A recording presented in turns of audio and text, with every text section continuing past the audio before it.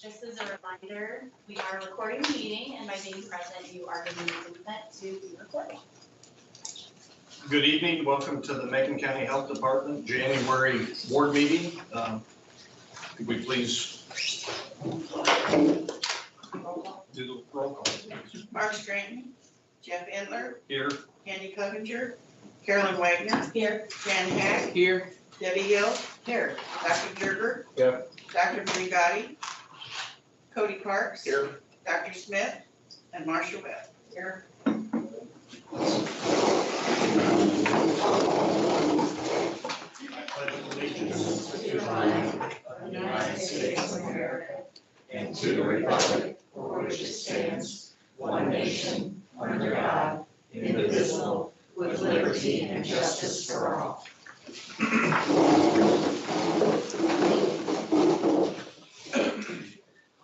We have our agenda items. Any changes that need to be made? Not. Do we need to call a vote to approve that? I think we do. Yeah. Yep. I move that we approve them. Second. You second, Cody. That's fine. Jeff Endler, Yes. Carolyn Wagner, Yes. Jan Hack, Yes. Debbie Hill, Yes. Dr. Gerger, Yes. Cody Parks, Yes. and Marcia Webb. Yes. Public comment. Do we have any items that we need to address? Nobody here. I guess we can move forward.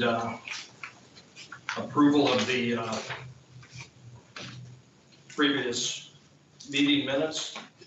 Anybody have any changes that need to be worked through? I have a motion to approval. A second. Jeff Endler, Yes. Carolyn Wagner, Yes. Jan Hack, Yes. Debbie Hill, Yes. Dr. Gerger, Yes. Cody Parks, Yes. Marcia Webb. I'll abstain since I wasn't here for that meeting.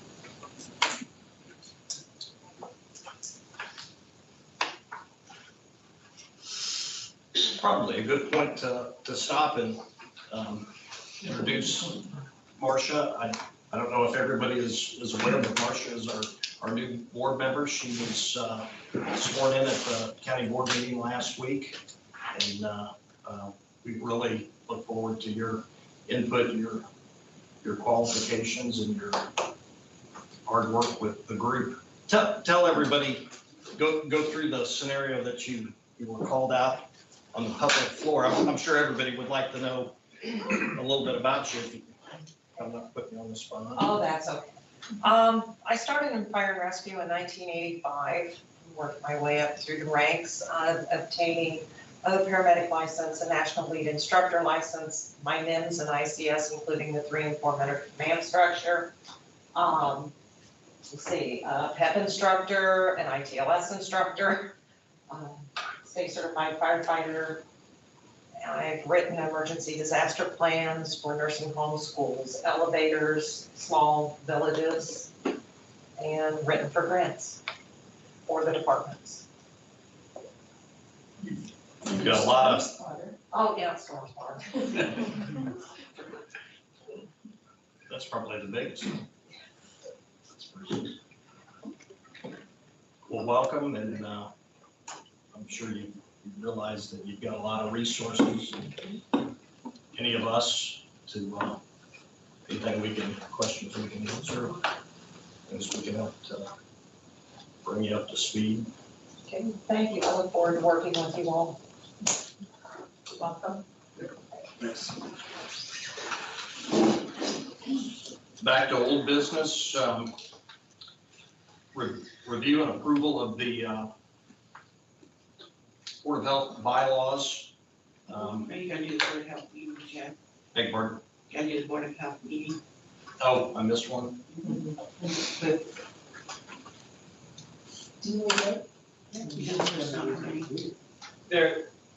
The vote was not made specific. Oh. The way it was phrased, and the way that the vote was, or the motion was called for, the board is well served by treating that as a group vote on both minutes for the personnel committee as well as the meeting minutes. But given the way everything was phrased, I think that Safe to the go members forward. thought they were voting on both at the same time, and I think that's sufficient. Okay. Unless any board member objects to that. Okay. Moving on,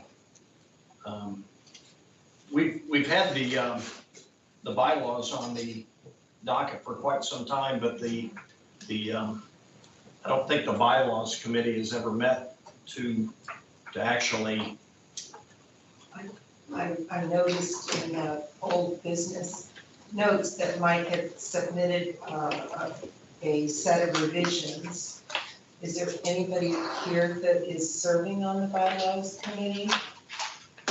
that was gonna be my question, is who was on the bylaws committee? You were on it, weren't you? Not you? Dr. Menegatti, Dr. Jerger, and Dr. Snyder was. And he's gone. Dr. Snyder's gone. Dr. Snyder's gone. My suggestion was gonna be to just chat a little bit about it and then help get a meeting date set for that group to review the changes and see if there were any critiques or thoughts or changes to them. If anybody else has got any other. Well, I was just wondering, now that Dr. Snyder is not there, would we want to Anybody want to volunteer? put Marsha? Marcia, would you like to? I did have that question written down. She was like this. Yeah. Or anybody else? Yeah. Would you, Yeah, give me, if you don't mind, sure. give me just a second. I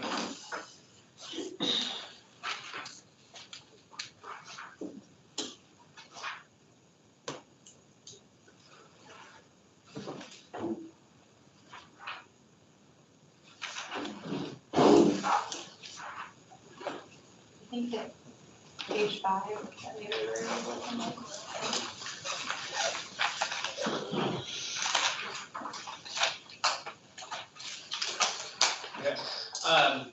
I just had a question. I do believe that under the current rules, as well as the proposed rules, the vice president does have the authority to act in the absence of the president in this manner by appointing, because the president has, under the rules, has the authority to appoint members to committees.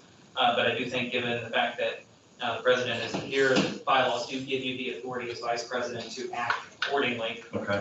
But I wanted to make sure before you took that action that you had the ability to do so.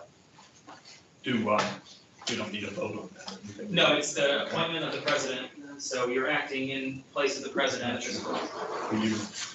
But no, there is no vote, there's just an. Okay, good. Marcia, welcome to the oversight committee. Hey, So having said that, we got 2 of the 3 people here. I'd like to see a date, kind of get hashed out so that it's moving forward. And I would attend and participate with you to help, but middle of the month, we're middle of the month, so anybody got a good date and a time, day or night? I get off at 4:30 Monday through Friday. You probably got the tightest schedule. Yes. Thursday afternoon or Friday afternoon would be the best. You make the call. But you're not off, Thursdays and Fridays you work till 4:30 as well. Okay. So,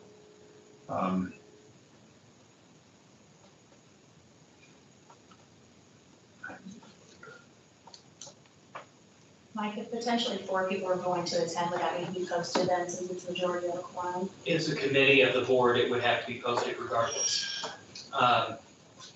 Yeah, so any meeting would have to be conducted as a public meeting.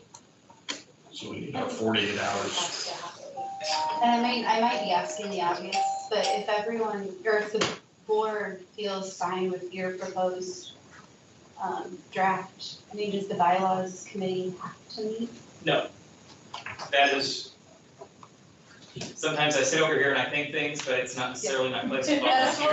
Yeah, and probably No, and so I mine appreciate it. I will say, now that I've been asked for an opinion, the board is not obligated to wait on the bylaws committee. It can take action without the committee having gone through it. It's really, I think, a matter of whether the committee objects to kind of leaping the frog there a little bit, or if the board wants the committee's input prior to voting on it. But the board has the proposed rules in front of it and can adopt the rules without it going through the committee process. It's entirely up to the board how it proceeds. Well, I didn't have any issues with it when I looked through it. I know we haven't had a meeting on that one, so I would agree as well, so unless someone else. They're in your package. They are? And then I read before the meeting, I got here early and it was pretty straightforward. Yeah. And I will say, you know, having gone through and made a few changes, there aren't really substantive changes in the bylaws. These are the bylaws that the board has been operating under for quite some time. There have been a few more stylistic changes than anything else, just to kind of keep it up to date and in line with the Open Meetings Act. But Randy, unless you think I'm misrepresenting the edits, that's, I mean, I don't know, I just don't think that there's a significant amount of new material. it's more cleanup than More than anything else, it's just semantics. touch-ups. Well, It might fit, so it's gone, through legal, so. any other, I'm positive about it. If any other thoughts, comments? Carolyn? What changes, so was it just wording, Mike, that you did? Randy, is there any chance you have my email from when I originally sent it? Because I'm not sure that I do, since I sent it last year, maybe, I may not be able to pull it up on my iPad. She's bringing you a hard copy of the red line version. Thank you.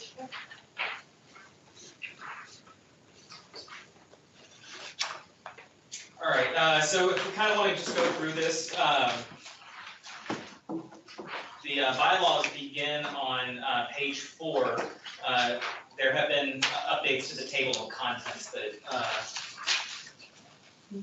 the changes in terms of the red lines, I made certain changes to the way it's phrased, that there are 11 members appointed by the chair of the county board. Again, I changed the word chairperson to chair. These are the kinds of changes we're talking about. The language members are appointed to a full 3-year term has been replaced with the members are appointed to 3-year terms and until their successors are appointed. That's simply from the statute that governs boards of health. I took out the language in what you may not be seeing, old paragraphs A, C, D, that has to do with membership on the board requiring at least 2 physicians and 1 dentist, 1 member of the county board. Those are all statutory provisions, and as a matter of policy, whenever I have an opportunity to revise rules like this, I tend to take out where we had copy and pasted statutes, because the statutes control, and in the event that the General Assembly ever changes the statutes, I would not want our rules to be in conflict with the statutes. So statutes are statutes, they're applicable regardless of whether they're in the rules, so I just, I take them out when I can. Same thing with a provision that required members be chosen for their specific fitness for membership on the board. Again, that's from the county's code. A provision that required board members to take the Open Meetings Act training. That is a statutory obligation in the Open Meetings Act, so I don't believe it needs to be stated in the rules. I added a provision in what you're seeing now as paragraph C, under Article 3, that the county board chair, with the consent of the county board, may remove a member for misconduct or neglect of duty. That's it. That is a statutory provision, but given the remaining portions of that, I just thought that that was more inclusive and a fuller statement of the state of the law. As to the officers, now this was, I suppose I should say, this is a substantive change.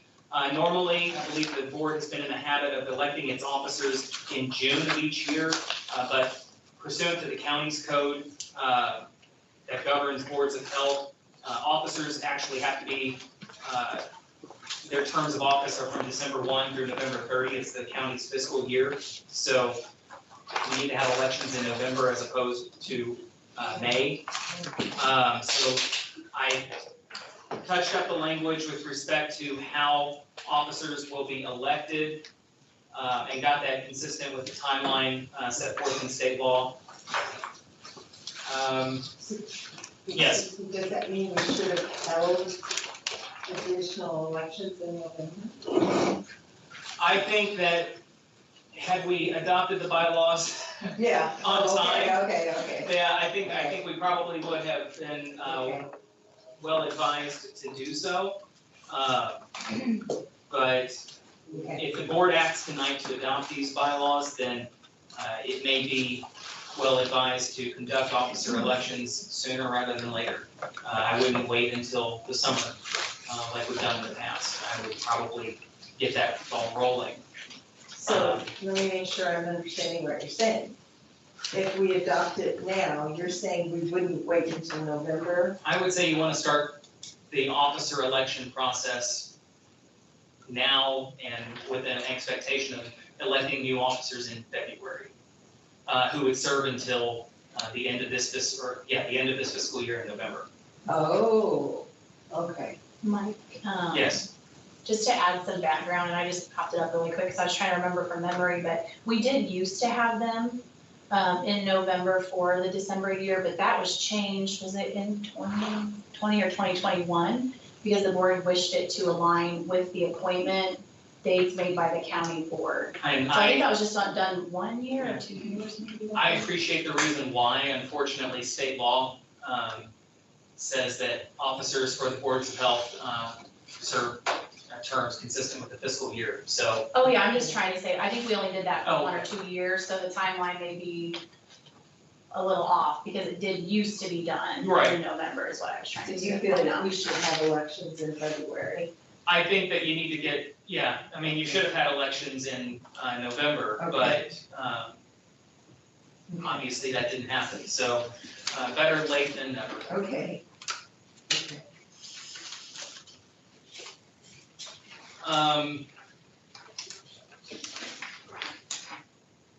Going forward,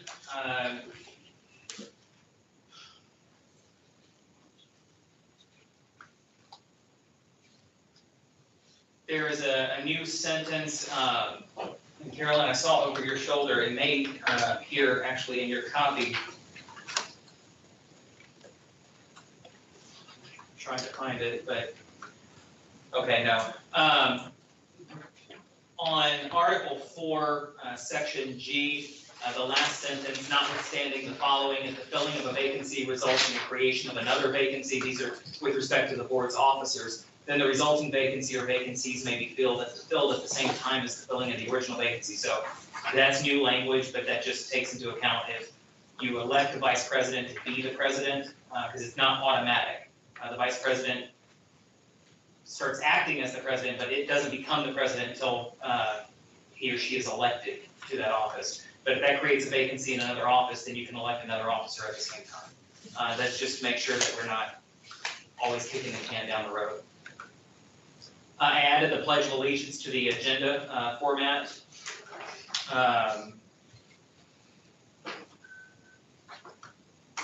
And And then also to the special board meetings.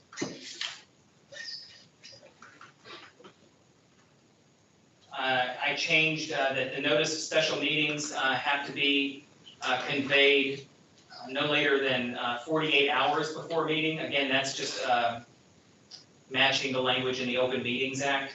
You can't have a meeting with less than 48 hours of notice, or you can't have a special meeting. What you can have is an emergency meeting. And so I added language at the end of that paragraph regarding emergency meetings. But the Open Meetings Act does distinguish between the two. I added language here that a quorum shall be a simple majority of the members duly appointed and serving. The new language is duly appointed and, just to clarify what was meant, or I think intended by that. I took out language from Article 5, Section F regarding electronic participation in board meetings. It referenced Section 7 of the Open Meetings Act. Again, I believe that it's better practice to simply refer to the Open Meetings Act itself as opposed to the board's rules, which restate the Open Meetings Act. So electronic presence or electronic attendance at public meetings is governed by the Open Meetings Act, and this board can't adopt rules that are contrary to the Open Meetings Act. So just refer to the Open Meetings Act when you have the need to do so.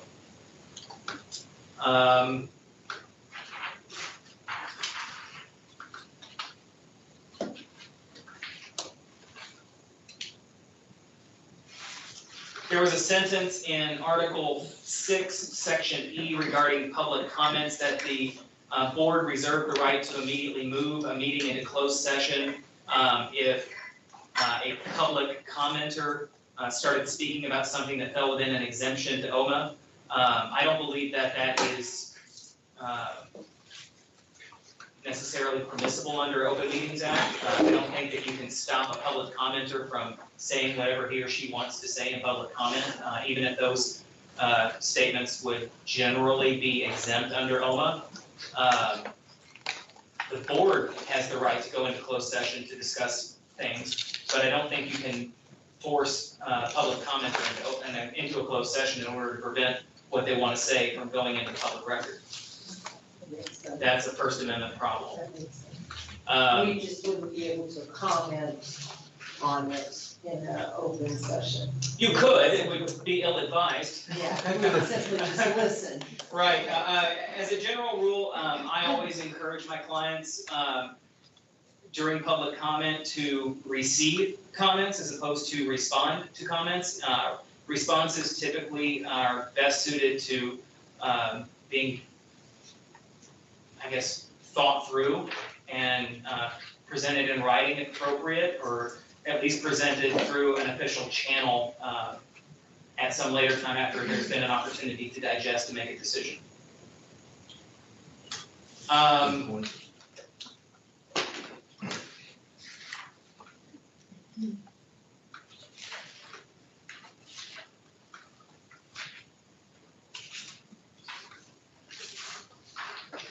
Let's see. There was language in Article 7, paragraph I, related to the filing of statements of economic interest. Again, since that's governed by state law, I just took out what was there and replaced it with board members shall file statements of economic interest as required by law. There's been quite a bit of play with the statement of economic interest statutes by the General Assembly in the last 2 or 3 years. I didn't think it was a good idea to try and get specific on that. I think you should just do what the law requires, and what the law requires today may be different than what it is tomorrow.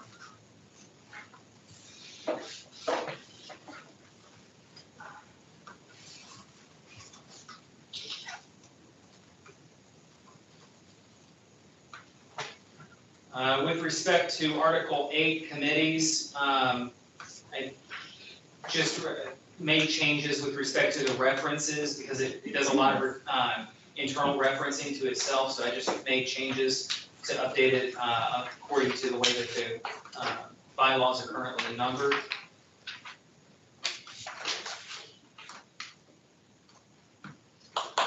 Article 11, parliamentary authority, I included a provision that refers to the specific version of Robert's Rules of Order that would be, that would govern issues of parliamentary procedure in the absence of a controlling bylaw. I took out Article 12, old Article 12, which said that whenever the bylaws require notification of members or retention of writings, new and emerging technology from time to time available and deemed by the board to provide reasonable modes for meeting such requirements may be utilized. I'm not sure what that meant. And I don't know that it was necessary to include in the bylaws, so I took it out. Obviously, the administrator and the staff of the health department still have the ability to communicate with boards of, or with members of the Board of Health. And that is it. Thank you very much. Well, we made That was, a good use of time. can I make a suggest a motion that since Mr. Baggett has said we need to get a vote going, that perhaps we get the nominating committee working, or having a meeting to work on getting a slate of officers? Sure. Sure. And I don't know who's on the nominating committee, but we probably could get that going. Jan Hack, Okay. Dr. Menegatti, Cody Parks. Oh. Jan, Cody, and Dr. Moon.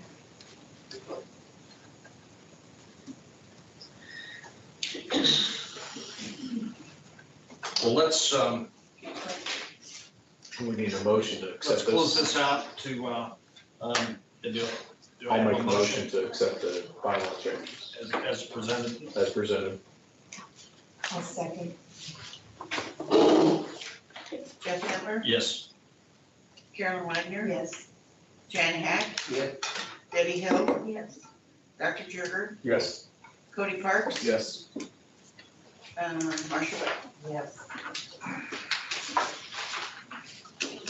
I did have a question. Is it okay that, the agenda format, the order is slightly different than how we've been setting up the I would, order of the agenda? The Board of Health president had asked us to change it to this order, like as presented.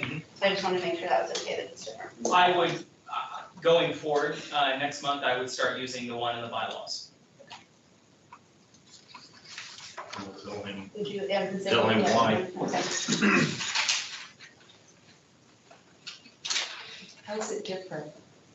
I guess I didn't catch that. Yeah. Yeah, so, if you look like the department, the financial report, expenditures, division reports, that has been moved down, and old and new business.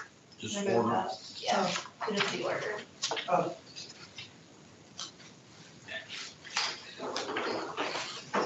Thank you. All right, well, let's,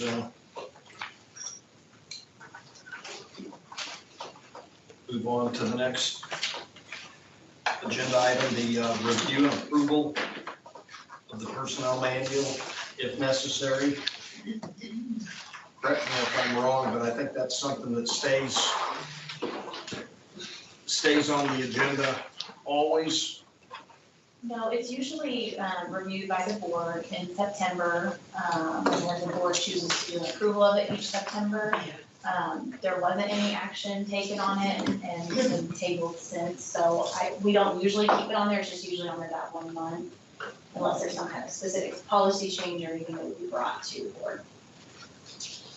If I remember correctly, we had a lot of stuff going on, and we were trying to clean other things up before we met. So ideally, the personnel committee is supposed to go through personnel manual and report any suggested changes, is that correct?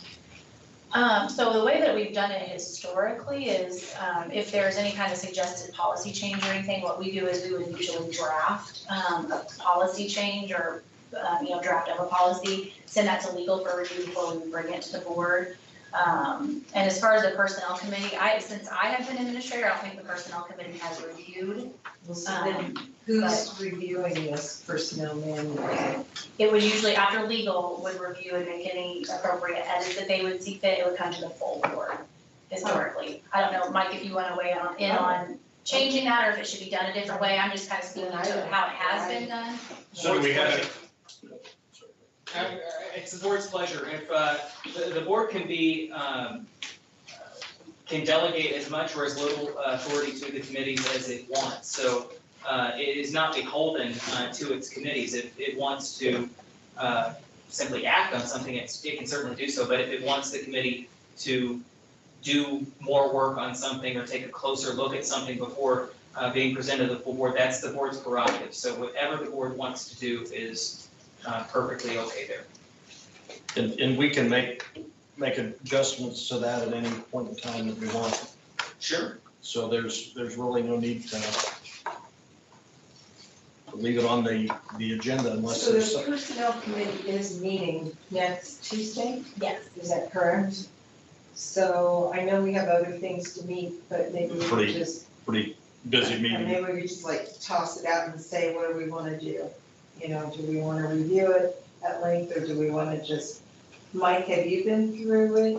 I don't believe I've been through all of it. Most personnel matters, I mean, I don't know that the personnel manual has been done in whole in quite some time. I think we're taking it kind of on a piecemeal basis as things come up.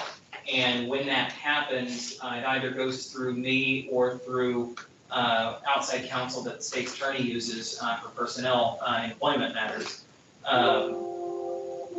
But I don't believe I've reviewed any personnel materials in terms of the policy manual. And Randy, correct me if I'm wrong, but I don't think I've done that in quite a while, if ever. Ed did it for us, and that was finalized, I was trying to bring it up real quick, but, as far as the whole thing being done in 2019, maybe. I was gonna say July of 2019, but that's just from memory. And is this personnel manual specific only to the health department? Yes. With excerpts from, I'm assuming the county has a personnel manual? No, they don't? Well, no, they do, but the health department has its own completely independent. The Board of Health is the exclusive employer of the health department employees. So the policy manual adopted by the Board of Health is the sole controlling document with respect to personnel practices for the So there health isn't department. anything that this manual would have to be subordinate to with regard to Macon County? Federal and state law, that's it. That's it? Yeah. Okay. No, otherwise, I mean, there are a couple things, the county's ethics ordinance, the county board, that's one of the very few areas where it has jurisdiction to enact any law that governs, and that's really just a recapitulation of the State Gift Ban Act. And then there's a sexual harassment policy that the county has adopted, which it has statutory authority to impose on all county employees. But other than that, the Board of Health is an independent employer of health department employees and not subject to control or direction or oversight by the county board. Thank you. So I guess the point that I made earlier, I would still hold on that if we can make changes to it at any point that we want, I think we're safe to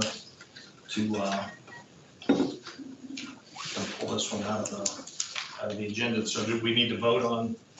We don't really need to do You're not, anything, do we? you're not acting on anything, you don't need to vote, and if you don't wanna have it on the agenda going forward, Brandy, correct me if I'm wrong, but the reason that this is even on the agenda is because the bylaws say that it has to be reviewed annually. In September. Yeah, we were just asked to keep it on since then, so that. Yeah, I don't have and- any- Let's just address it this next month and or a week from Tuesday, next Tuesday. But I would say that going forward, unless the personnel committee, or a member of the board or the administrator believes that something needs to be addressed by the board, it doesn't need to necessarily appear on the agenda every month. Okay.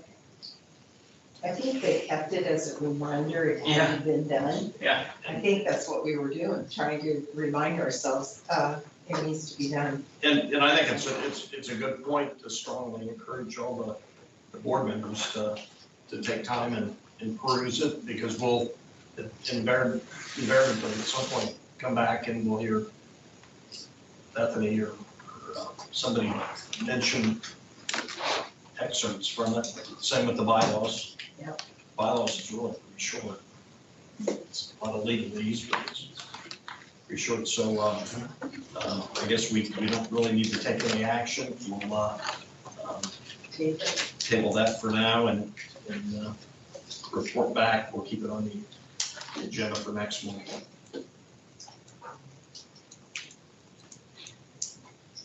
But we're getting through some stuff pretty good. It's been 35 minutes.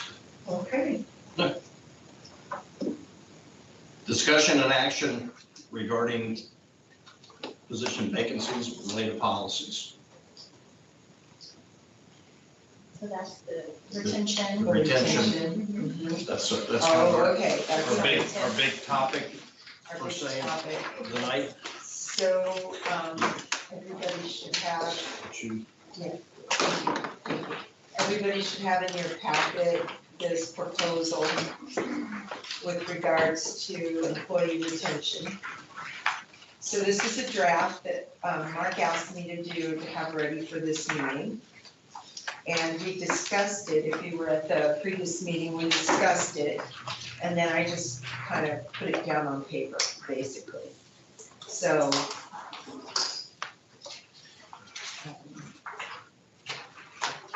Does anybody have questions that I could answer? Don't have it? It was right after your bylaw. It's, 11 on the other side. And 11. Here, you can share with me. Okay, thank you. So, this was drawn up as a response to wanting to do something for our employees, to let them know how much we value them, and hopefully promote retention of employees here at the health department. So I'll give you a minute. Does anybody have any questions? Basically, this addresses milestone anniversaries, and to give a bonus on a milestone anniversary, we include those to be 5, 10, 15, 20, 25, 30-year anniversaries. And then we also discussed, you found it, okay, good. Thank you. We also discussed a one-time pay for people. Is that not one? Yeah, it's, I'm not seeing. right, 2 lines up from the very bottom. Right? By awarding. Well, we've got the, One-time bonus for 23. do you see it? Oh, yes, I'm Yes. sorry, I lost the thing here. Yes, a one-time bonus for 2023 of a $500 amount. And that is to acknowledge that we cannot retroactively go back and give people. You know, if you hit your milestone 2 years ago, we cannot go back and hit that. But we can at least give you something, everybody, this year. And it has specifications in there. It would be a one-time award to all employees who have successfully completed at least 1 year and are in good standing. And then if they happen to hit the milestone that year too, they would also get their milestone. We also, at a request of a supervisory employee, requested that we consider incentives for the first year employee. So I just kind of wrote in a 90-day and a 180-day. And these numbers are flexible for the board to look at, talk about, discuss. Are these like before tax or after tax, or do they matter on a bonus like this a year? It's tax. No, I mean, I'm saying, are we gonna make this, like, at our shop, we give $1,000, but it's, the check's actually $1,380 to cover the tax, you know what I'm saying, to cover the taxes, so they actually get $1,000? Oh, no. Or they actually No, get the you get $1,000? $1,000. Yeah, You get $1,000 bonus, it would be subject to That's the what- taxes, yeah. You would have to. yeah, I'm with you. Withholding schedule. If you do vote on this. Sorry. Go ahead, Marcia. Sorry. It's okay. Would this be given, Carolyn, in a separate check? Because if you put this with a regular payroll check, Yeah, I understand. you're what gonna saying. kick them into another tax bracket, and you're gonna have even more taxes taken. We would need to talk to the auditor's office, payroll staff about that. Yeah. I'm not sure what they would want to do. It's not really my call to make. I know where you're going. I know That's a good point. at CHIP, we got a separate check. Yeah. They did give us a separate check. You That is get a just- separate check? It's a separate check, but like at our shop, whenever we get bonuses, it's a separate check, But we you're always, doing payroll.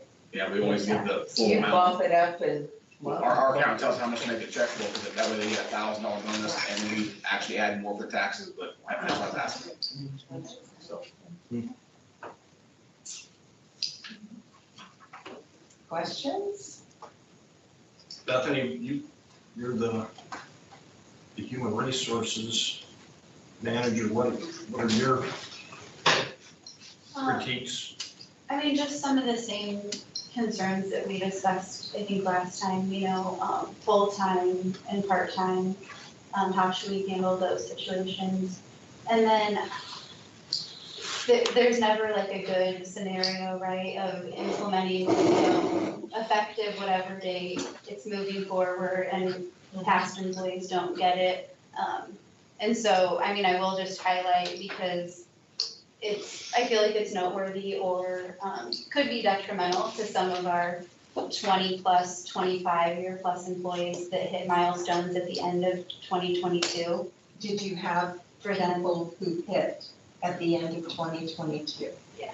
You did? Yeah, and that's that, like the sheet that I think was provided to Carolyn, I don't think everybody has it. Should I give everybody the one you Yeah. asked me for? Yeah, Yeah. that'd be great. So that outlines, there were employees who hit a milestone, or who hit 20 years in 2022, there were 2 employees. And then hit 25 years, there were also 2 employees.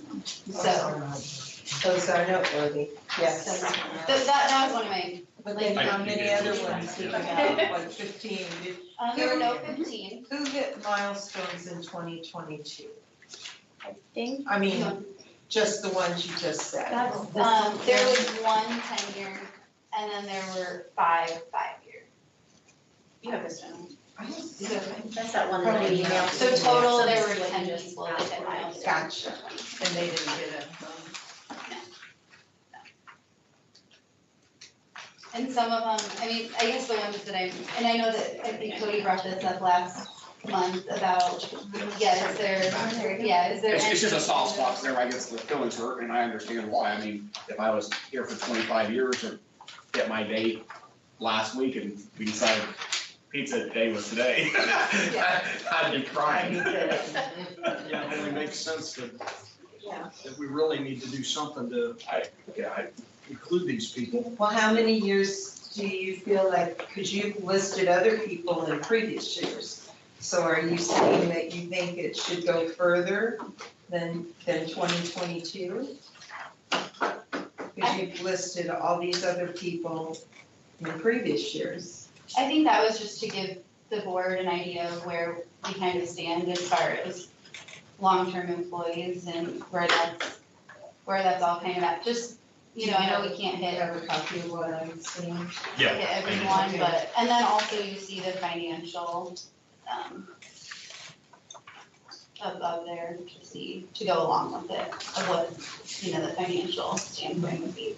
I don't know if you have anything more to add about that, Brittany? Yeah, to answer your question about that bottom group, the others who have reached milestones in previous years, I added that on there because, when staff did ask questions about, well, can't they catch everybody up and not, you know, wait to recognize staff? And so, just so the board would have all information possible, I went ahead and put those names on there. And then we did have Sheree just come up with a number, if we did catch everyone up, how much would that cost overall? So we do have that prepared too, you know, if we got to that point in the discussion, but then that way, you know, like Bethany said, we know the intention is really good and we're very grateful for it, but is it gonna be detrimental to some of these long-term people, and is there a way to kind of catch everybody up and then everybody feels better about it and not kind of like they're, not being recognized, that they just got missed a little bit? Sometimes bonuses actually cause, I mean, not that we're not, sometimes it causes more heartache and grief, you know, in my world, whenever we talk about people get their feelings hurt more. Yeah. And then all of a sudden you take a good employee that's been there for 15 or 20 years, and they go, I'm not even working, you know, they get mad, and does that change them? Even if you tell them, don't Yeah, it don't discuss matter, money. it don't matter what you No say, one it doesn't matter. discusses payroll They always or talk, whatever. that's right. They still. And you can understand their theory, I mean, you know, kinda, you get your feelings hurt, I mean, it's not a daycare, but, you know, still, you know, you kinda get that feeling like, you know, it always happens. Could I add something? I was just gonna say, well, first of all, I'm very grateful that you would even consider this because, you know, it's very, very in-depth. I was just thinking, even some of like our assistant directors who may have been here like 17 years, or someone who's been here 12 years, just someone that's in the middle, that's devoted over a decade of, you know, their professional working career, that, I don't know, I totally understand where you all are coming from. It's just difficult because, you know, we see these people and working hard every day and coming and dealing with people who might treat them poorly, or, you know, during the pandemic when things were really difficult. So just something that I thought of, that it would be hard to tell someone who's, say, been here 17 years, like, well, you have to wait 3 more years. But I'm also, I mean, obviously, who isn't grateful for money? So I respect whatever you decide or whatever. I just am thinking of some of my coworkers who have been here for. I know, I know. The flip side of that is that it's money in the bank. You know, Oh, like I said, money's money, so. But maybe your point is probably stronger than ours, that it's money in the bank. And I hope I'm not coming off as ungrateful. No, you are because I'm not. So you got feedback You're the from voice anybody? You're the voice of reason. Well, I mean, think that sometimes people have, I mean, sometimes you guys have more of a, you can just tell us. The litmus. I don't necessarily know that we've had feedback, right? Don't give it all to us. I was just gonna say, I don't necessarily know that we've had feedback because I don't know. No, I'm sorry, sorry. I'm sorry. If I'm doing something legally wrong, I don't want to. I Cut it have off. a comment, but it's not at all, no, I'm sorry, I'm not trying to. Okay, cut you off. no. I, not necessarily that we've received it yet, because I don't know how many people are totally aware. You know, we don't like to say things to people and say, we might be doing this, and then if it doesn't Oh, yeah. happen, then that is bad, but, I anticipate, I'm even thinking of like, why I know this about people, I just keep track of how long they've been here, but like, I think in Teresa's division, she has multiple people who just hit 20, like in the last few years. And I know you have at least one person I know that's hit 20 recently, right? And I anticipate there being people who are upset about it, you know? So how much extra would it cost to simply take everyone who is an employee, has been here over a year, and say, everyone gets the most recent milestone they passed? Yeah. How much would that add to, I mean, it's gonna add a substantial amount of money, I know, but I think the board might be well advised to be able to look at a number and make a decision there. Isn't that what you said you had put together, Bethany? Well, instead of the all-inclusive one-time Correct. Yeah, it's right. 2023. It gets you as close as you could. I like that idea. Instead of saying that, Yeah, just and I don't know if this is a one-time deal or if this is intended to be a retention bonus going forward. Yes. If it's intended to be going forward, you know, you might have someone who just, you know, they're in year 19, so you're gonna give them a 15-year bonus, and then this coming year, you're gonna give them a 20-year bonus. I don't know that that's inappropriate. The person's been here 20 years. It's, Okay. and I hesitate to get on a soapbox because I'm not a member of the board and policy is not my prerogative to get advice on, but We appreciate Do that. we stand losing good employees if they don't get that milestone that they, Like I said, I mean, this is for retention, but I know that would be a hard pill to swallow, that I'm at year 21 and I'm not gonna get anything for another 4 years, but someone that's hitting their 20 years this year is gonna get it. They've worked less time than I have. Bingo. Yeah, that's just. there has to be a fair way to back it up. I Yeah. like Mike's saying. I like the idea of what Mike said. Yeah. well, I don't wanna present that Well, we as my need to- idea, because like I said- when this gets to the county board, I We're gonna put in the notes that you said. No, Yeah, that's true. it's That's a good point. simply a question, there is no lawful, you know, prohibition or obligation to say, you know, the cutoff is January 1, 2023, and everybody who didn't get it before then, too bad, so sad. The board has the ability to make it more flexible, make it more inclusive rather than exclusive, but of course, it is going to dramatically increase the cost. And it's health fund money, but it does have to be, this is one where the county board definitely does get some oversight authority. So, and I know that advising the county board, that may be a tougher sell. So, Should is it possible to work up the numbers? There you have, haven't you? I feel like she should, I think she Come on, Sheree, come on. But then we would have to offset that by $500 per person, because they wouldn't get the $500 one-time thing. Does that make sense? Yes, correct. Because that's included in what they're paid. Right. I mean, more. Like I said, in my experience, and I That's know right. you guys are vice president, the same boat, but anytime you try to do something good, and even though it's still good, Mhm. you still have, I know. you make more people mad. I And know. there has to be a chart where you say, here's how we pay it out. Because if not, I think we've We're gonna got have more people something mad. good and it's arguably good, but I think maybe it could be tweaked a little. it could be just a little better. Yeah. Yeah. Because our intent is retention. Right. Well, then what these employees have just come off of after, you know, 2020 and 2021. Yeah. I mean, it was horrendous.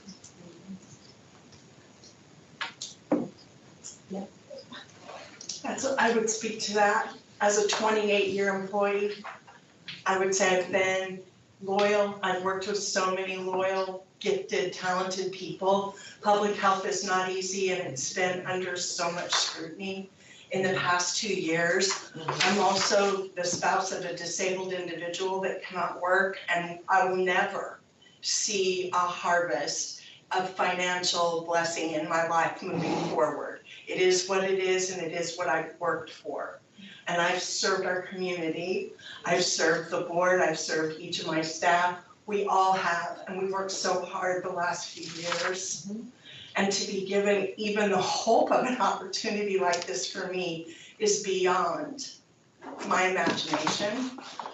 And I don't fall in your parameters to obtain it, and would have to go another 2 years, I believe, before I would. And at my age and my health status, who knows where I'll be? And so you missed out. and I would speak to that, as Marissa so eloquently shared. There are multitudes of staff on board that have reached those milestones and have worked really hard the last few years, including our assistant administrator and Cherie beyond belief. So I hope you could reconsider this in the ways that you're describing in your conversation. It would mean the world, I think, to everyone that has not left this agency in the midst of the strife that comes to public health through a pandemic. Thank you. Thank you for listening. I don't mean to sound selfish. May I No, it's not. ask you a question? May I ask you a question?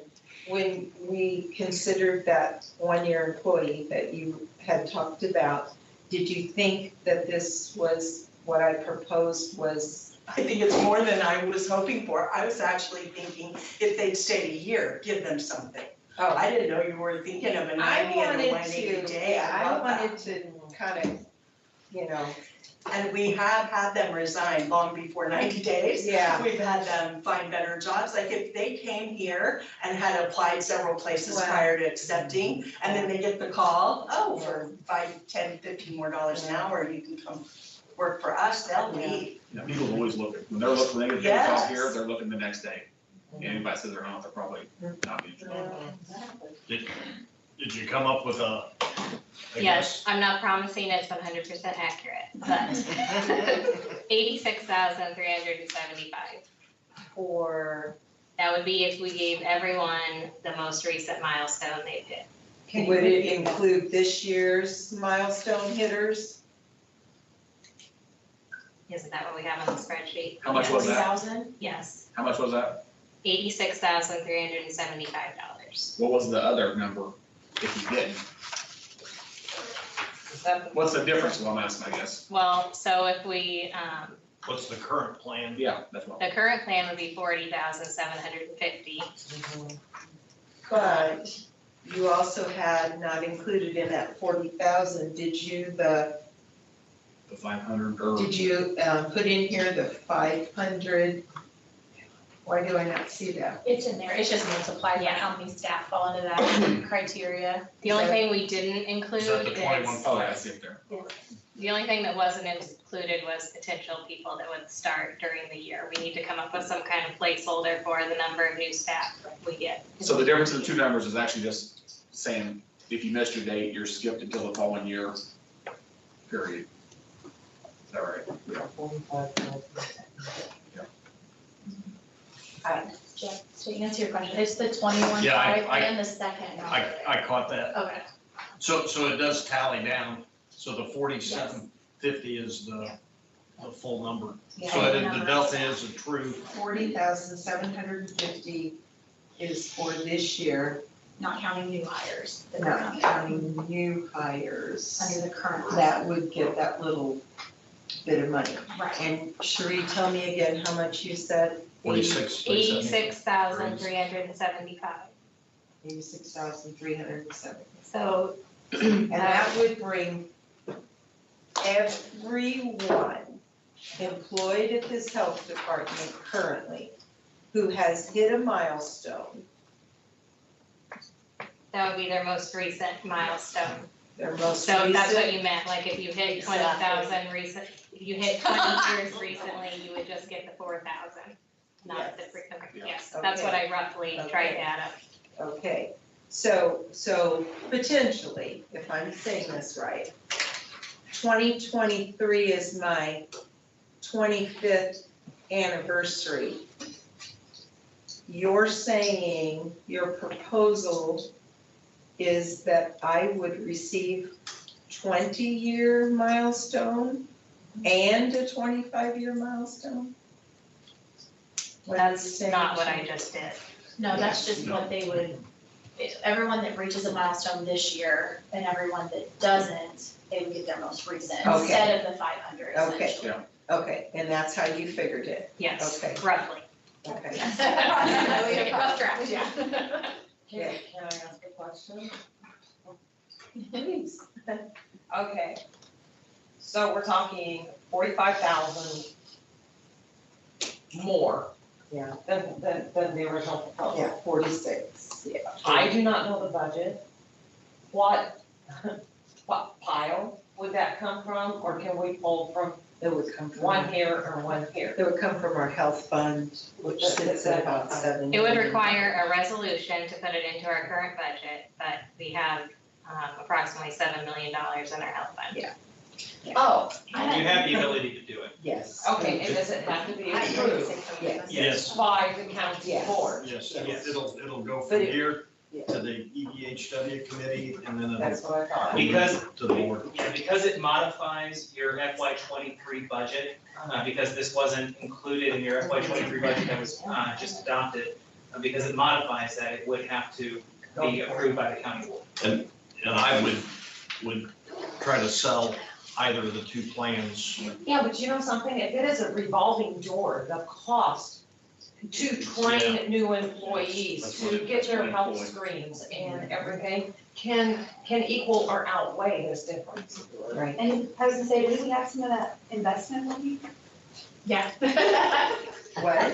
Very, very The well. money from the Yeah. investments that were Right, done. yeah, Mark wanted got to us more invest- money, so, Yeah. yeah. Another, sorry. So I have a question.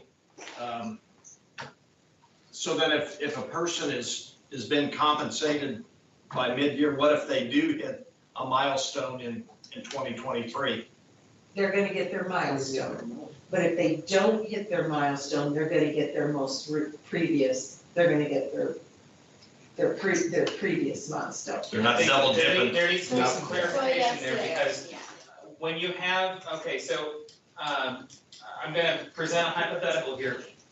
If the way that the board crafts this is that as of X day, and you're gonna have to wait for the county board to approve the budget. So if we say, as of March 15 or April 15, somewhere after the county board has an opportunity to act on this, everyone who has, basically everyone gets their payout based on the number of years that they've been employed up to that April 15 day. So you round down to the nearest 5, that's what they get paid out. If the board would then need to adopt some policy saying that, on January 1st or December 1st or, whatever it is, going forward, they will have that year's payouts to anyone with a new milestone. If someone gets paid out for year 19 or their 15-year anniversary on April 15th, and they celebrate 20 years in November, they're gonna get their 20-year next year, or, the next payment. And that's kind of the double whammy, but that's just the way that the dice are gonna roll for them. How, because of fiscal versus calendar? No, because, You've set the plan in motion. yeah, 'Cause, you're saying that you're going to pay everybody as of this date what they already earned through retention, through, their time of employment.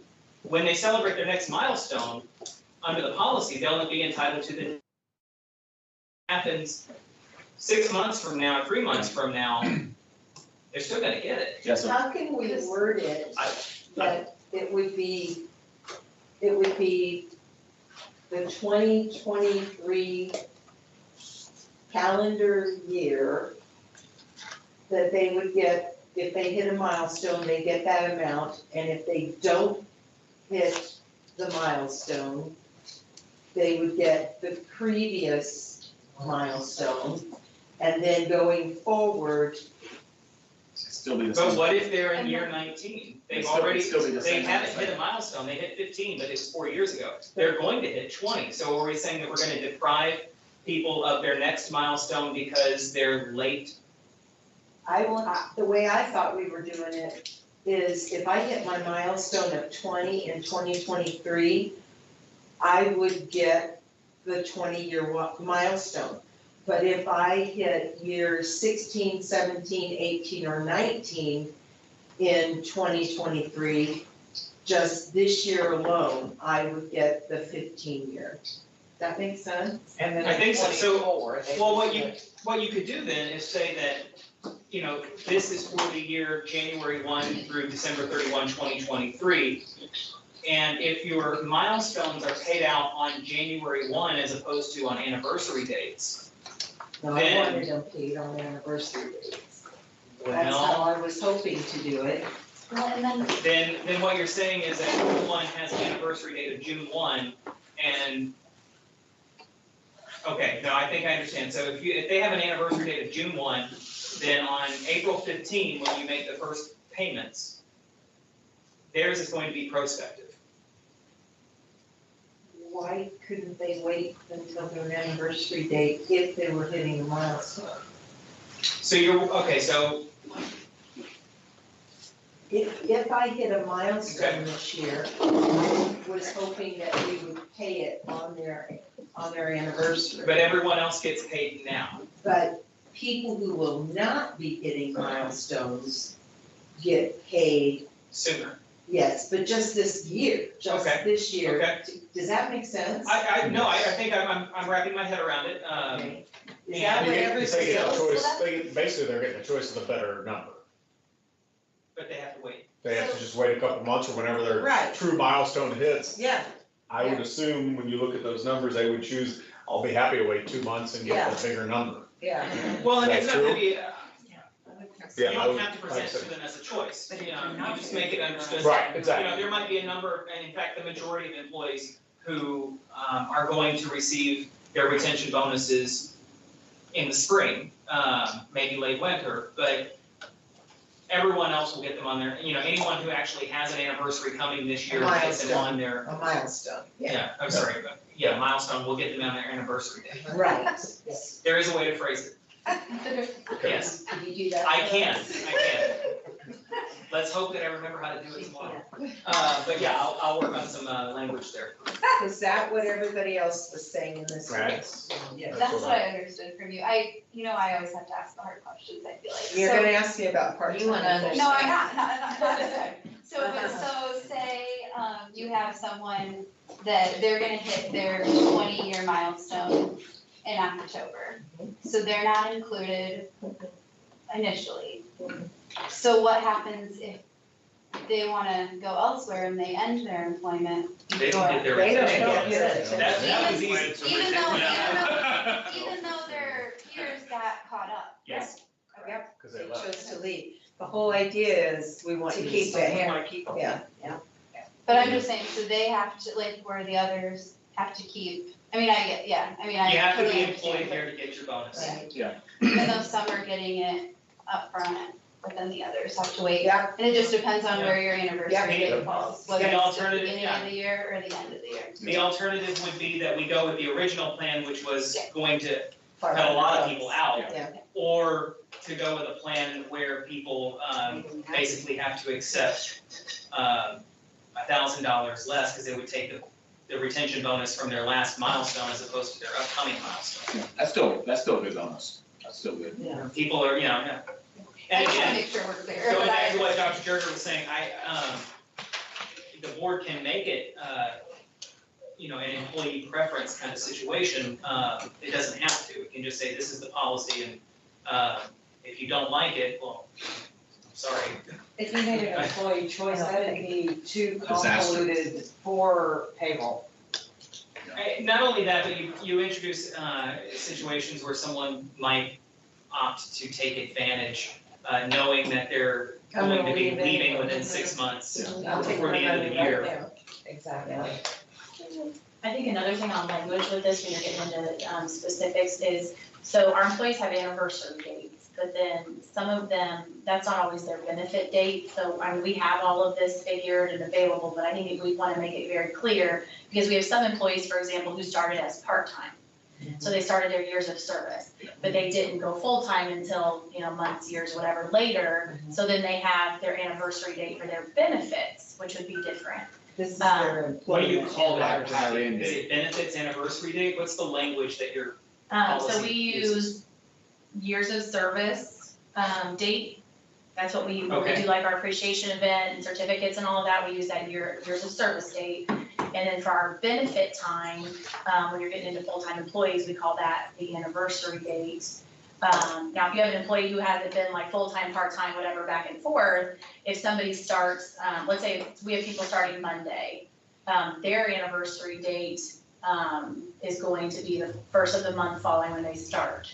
So I think just making sure, I mean, we can help with that if you need to know kind of specifically how it works, but I think just making sure that that's really clear, like you said, so that if people ask questions about, well, why didn't I get mine in this month and I got it this month instead, that we can very clearly say, here's the formula that we use to figure that. We would just need to define what, and again, we don't have to call it anniversary date, but we just need to define what this term means. And everybody, as long as everybody's treated the same, then you're fine, but yeah. And I think, I'm sorry if I missed this when I stepped out, but I think part of that question is also like the part-time and full-time, is everybody gets the same amount? Because if somebody did start part-time and then they went full-time, you know what I mean? Like, Yeah. how are they gonna be viewed or awarded basically? So I think figuring that out too. My personal opinion, I don't wanna make a differentiation between part and full-time. Yeah, I think the service is service period. You came, you stayed.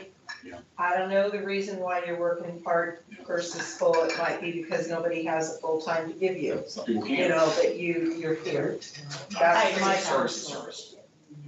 I think, like Bethany said earlier, we have some very, very loyal, Yeah. part-time employees who, are critical to the operations, and so I completely agree that they all should get. My question was just, when do you award the employees then that have not got a milestone happening? I think he said something like April-ish. Okay.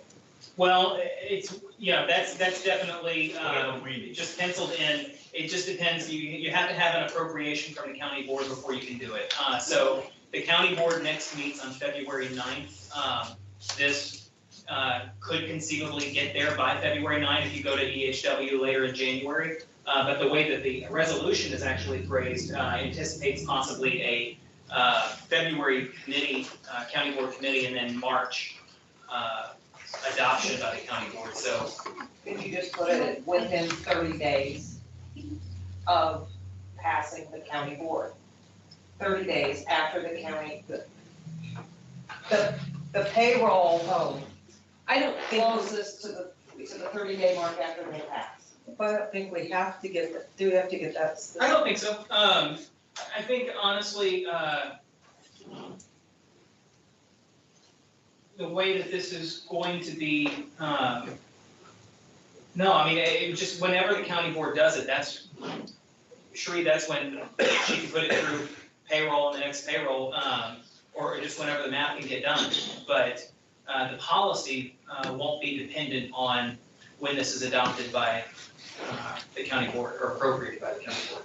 I think the EHW was canceled for January, not that we still. I'm sorry? I think EHW was canceled for January unless it's. It was canceled for December. It's because the. Crystal told us it's canceled. I'm sorry. Crystal said there are no more, there are none for January, is that not accurate? I don't think that was accurate. Okay. Right. It was actually, it was just actually rescheduled, it's next Thursday. Didn't they have the ad hoc in order to get the, Yes, Yeah. so, to Yeah, get the committees together because yeah, of put the us- redistricting? Put us out of balance. Okay, well, thank you, I now have it on my calendar. So, Mike, can And you, O&P is can you Tuesday. work with Bethany and Brandy? I'm drafting language right behind you right I figured so, okay. Is this something we'll take action on tonight? No. So it can get to the board, I think to the county we board? decided we would, Wait Wait. until Mike gets it all, and then and then we'll, Mark can be involved. right, now. So, okay, so you're not, I mean, this isn't going to go to the county board in February then? I don't think it, Okay, unless there's strong need to, I think we can wait one more cycle to get it right. get it right. Right when I you mean, people are gonna know it's coming. Right, Yeah, that's get right. it right, and then, let Mark look at it too. So If thank you. it's possible that you have something ready before Tuesday, the personnel committee meets on Tuesday. I'm gonna have language before I leave here tonight. Oh, listen to you. I'm drafting. I love it. He's Now, I'm not ready saying for it's you. gonna be, I'm not gonna say it's I gonna love it. be perfect or done or, adequate, but it'll be a draft. We'll let you go about your business. Yeah, and we'll- Well, not in, That I was just- a great discussion. I just really quickly want to say thank you for, hearing us out and things like that. Thank you for taking that into consideration. thank you. Thank the county board. And especially for the part-time employees, because I have one employee that's over 25 years, and she's worked most of that full-time, and just recently, due to budgets and everything else, has gone part-time, and that would be really hard to, Like I said, to not get. family happens through So we part-time appreciate for that. personal reasons. Are we voting on this? No.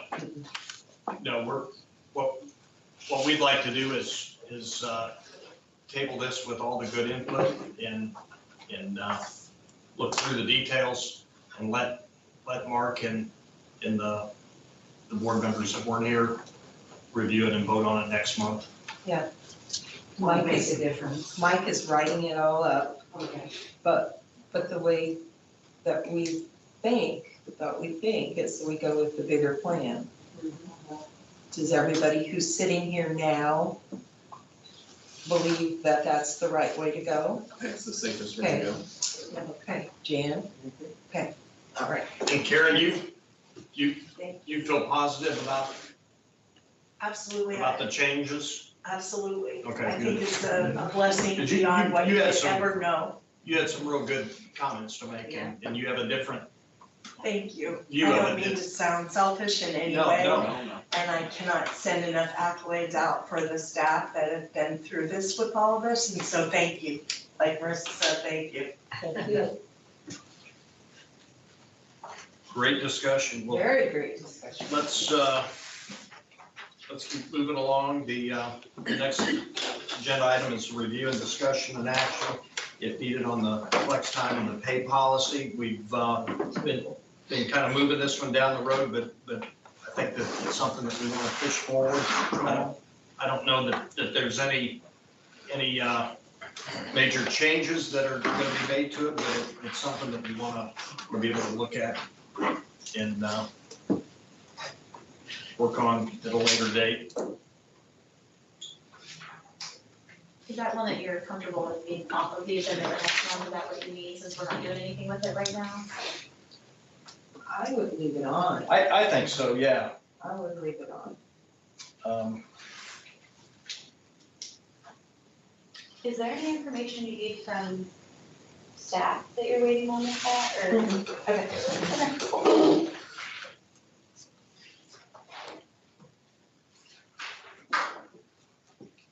Yeah, I was thinking through something, but no, I don't think we do.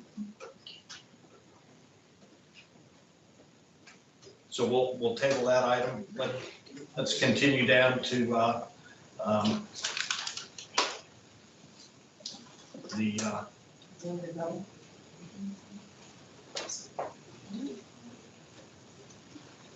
I think the next item we can take off this discussion and action if needed for the Board of Health vacancy. That's, Yeah, our agenda had to go out before the meeting, so we just left that, and then I just sent an email updating. so again, welcome to Marcia. Thank you. Glad that. Mine's dinner for everybody's out there. Yeah, it's chicken. Anybody tell her that, yeah, that's. The next one's our favorite item, the discussion and action about email. Randy, you've got all the insight about that, or? We just basically need the board to tell us if you want your Board of Health email addresses on the website. I know Mark had said last month he wanted to get his and Debbie's straightened away before they were posted, on there. And I think you talked to Evan tonight, and I don't think that he's heard back from Mark, so I don't know if you want to just table it, or if you want me to go ahead and have them posted. Is that a request that's come from someone? Yeah, I can't recall exactly where it came from, but I know just like a community member, we're trying to reach out to the Board of Health members right now.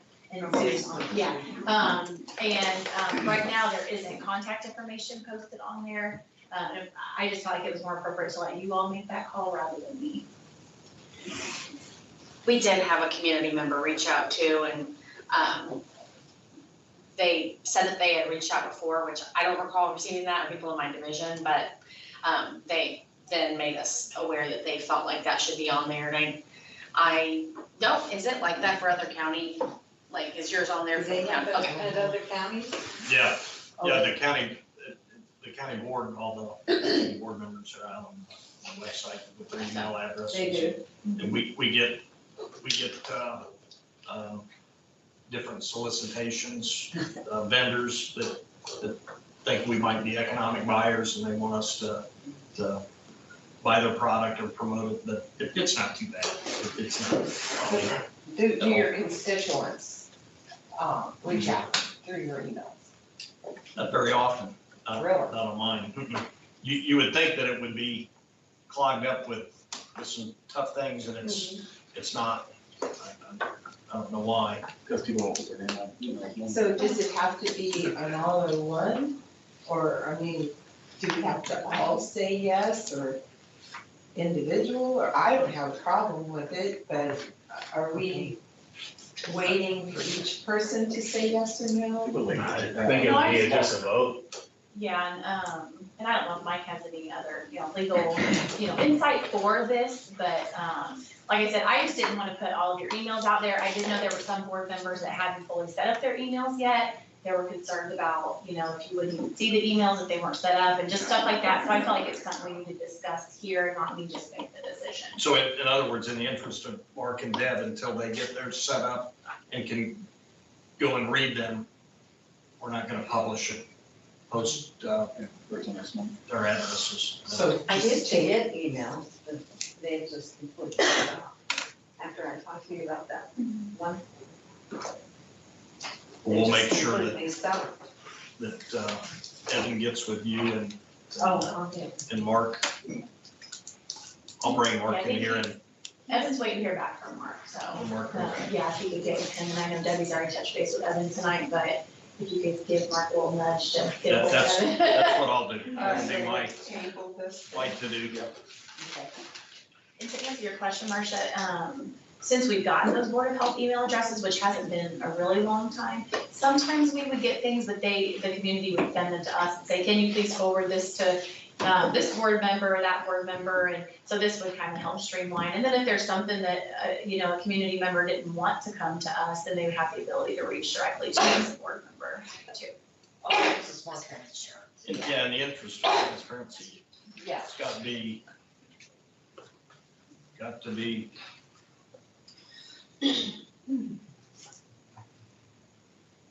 Next item, update on resolutions previously presented. They all passed. All right. I'm glad you could give that update because I had to think about that a little bit, but yeah, they seldom, by going through the process, Marcia, they seldom, do not pass. Because they go from here to an oversight committee to the county board, so there's a lot of visibility to them. Jeff, I'm Jeff. Okay, thanks. You guys have a good night. Thanks, Mike. Thanks, especially thanks for the help on the bylaws and the bonuses. Don't thank me yet. County board doesn't hang me out to dry, and thank me then. Okay. All right. See if I make them sound to be worse than they are. Jeff, thank you, back me up on this. Everybody will be pleasantly surprised, but Yeah. we'll see you next month, guys. Thank you. Bye. Update to the 2020 claim to Human Relations Commission. Did we talk about that?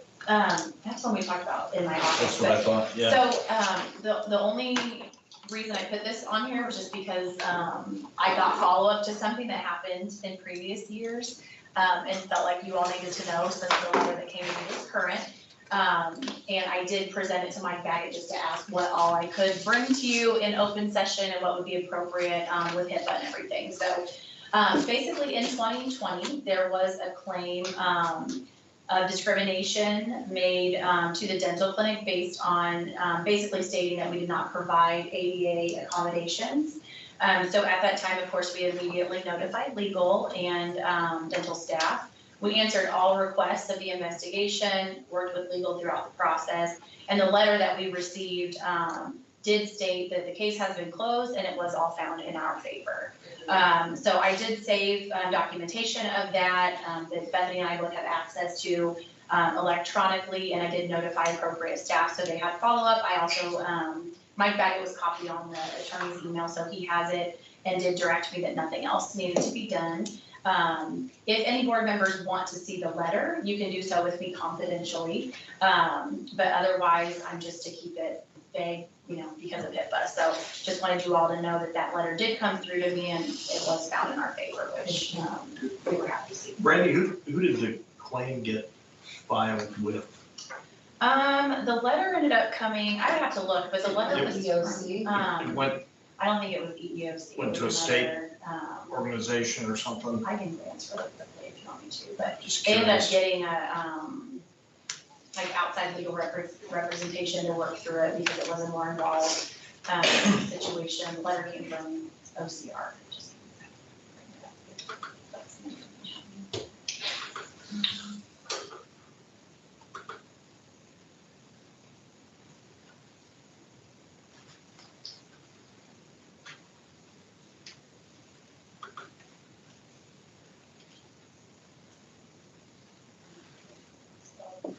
Office of Civil Rights, Office for Civil Rights, excuse me. Federal.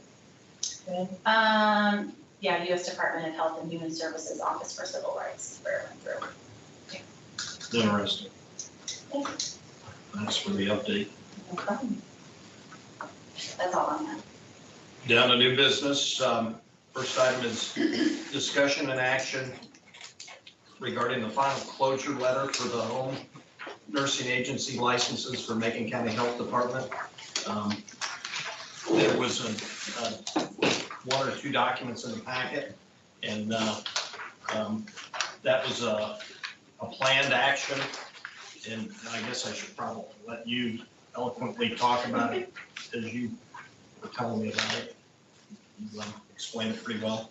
Sure, yeah, I'm happy to. So we have had a medication management program for many years, and over the course of time, our patient load has decreased.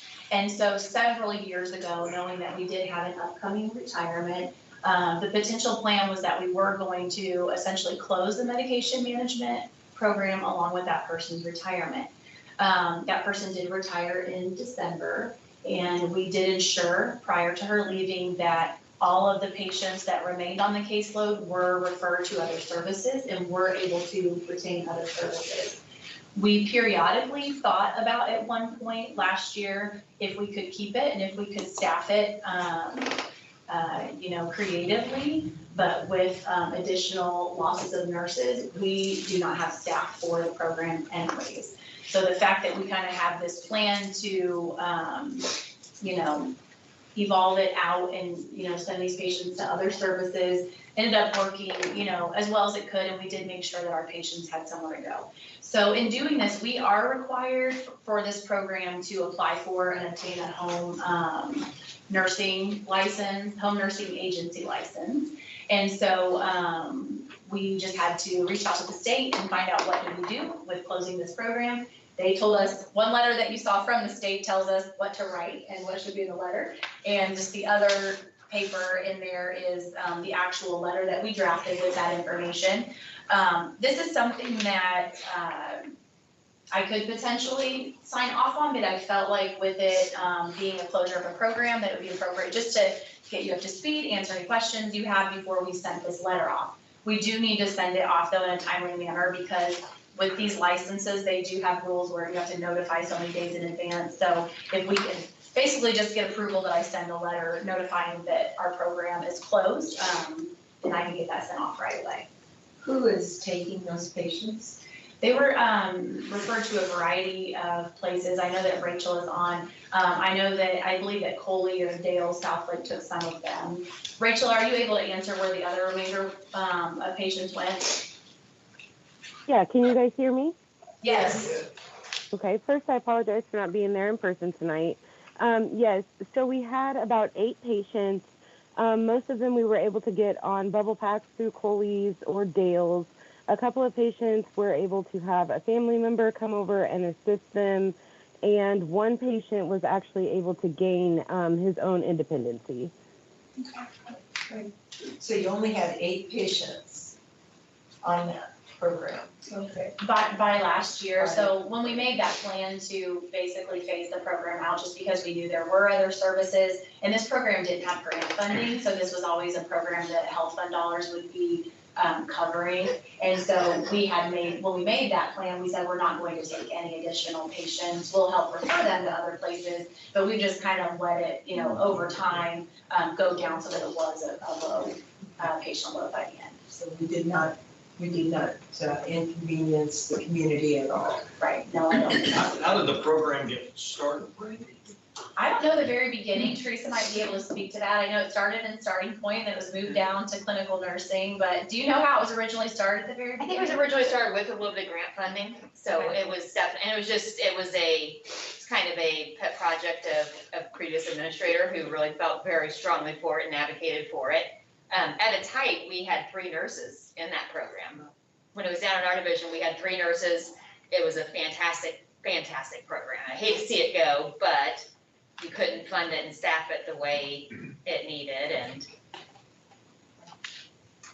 I do also want to add for clarification that although we're not able to offer the med management services, we are still attempting to go out and vaccinate the public that is homebound to the best of our abilities. We do still send a nurse out for flu, COVID, things that we can do for patients in the home, and have throughout the duration of this, trying to phase out this particular grant or program. We don't need the license if she's going out to the home to vaccinate. We don't need this license. No, this license was only for medication It was management. very specific for medication management. Yes. Okay. Sounds like you got the letter you need, right? Yeah, I think we have everything we need. I just, like I said, since it's kind of canceling the whole program, I felt like I should communicate that with you all. Somebody was planning that. Yes. it So I was. think we need to vote on this, so we need Do we need to vote or is it just? You don't have, if there's consensus that you're okay with me doing it, then I'll just move along with it. You good with that? Okay. Okay, thank you. I thought, sounds good.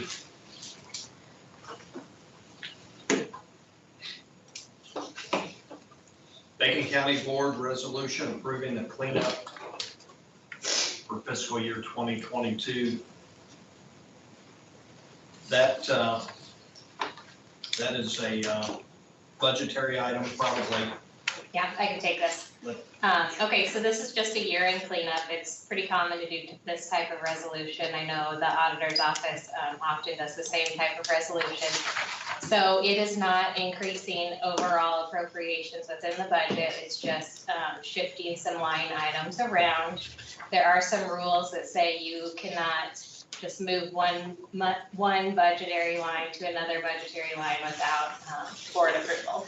So that is just what this is, a little bit of cleanup for our year-end budget. And we did have a spreadsheet that showed your movements. Yeah. And I mean, this really isn't gonna mean very much to you because you don't know the department codes and everything. It's more so for the auditor, so she knows where to plug everything in. But, I mean, if you want specific details, I could elaborate some more, but overall, most of the changes were due to us having lower staffing, so some of that funding was then allocated to some other line items to spend down the grants. Well, I would say it's appropriate in the room. Addition. I'll second it. I'll motion. Yeah, You I'll second, yes. Okay. Jim Emmer, Yes. Carolyn Wagner, Yes. Jan Hack, Yeah. Debbie Hill, Dr. Gerger, Yes. Cody Parks, Yes. and Marcia Webb. Yes.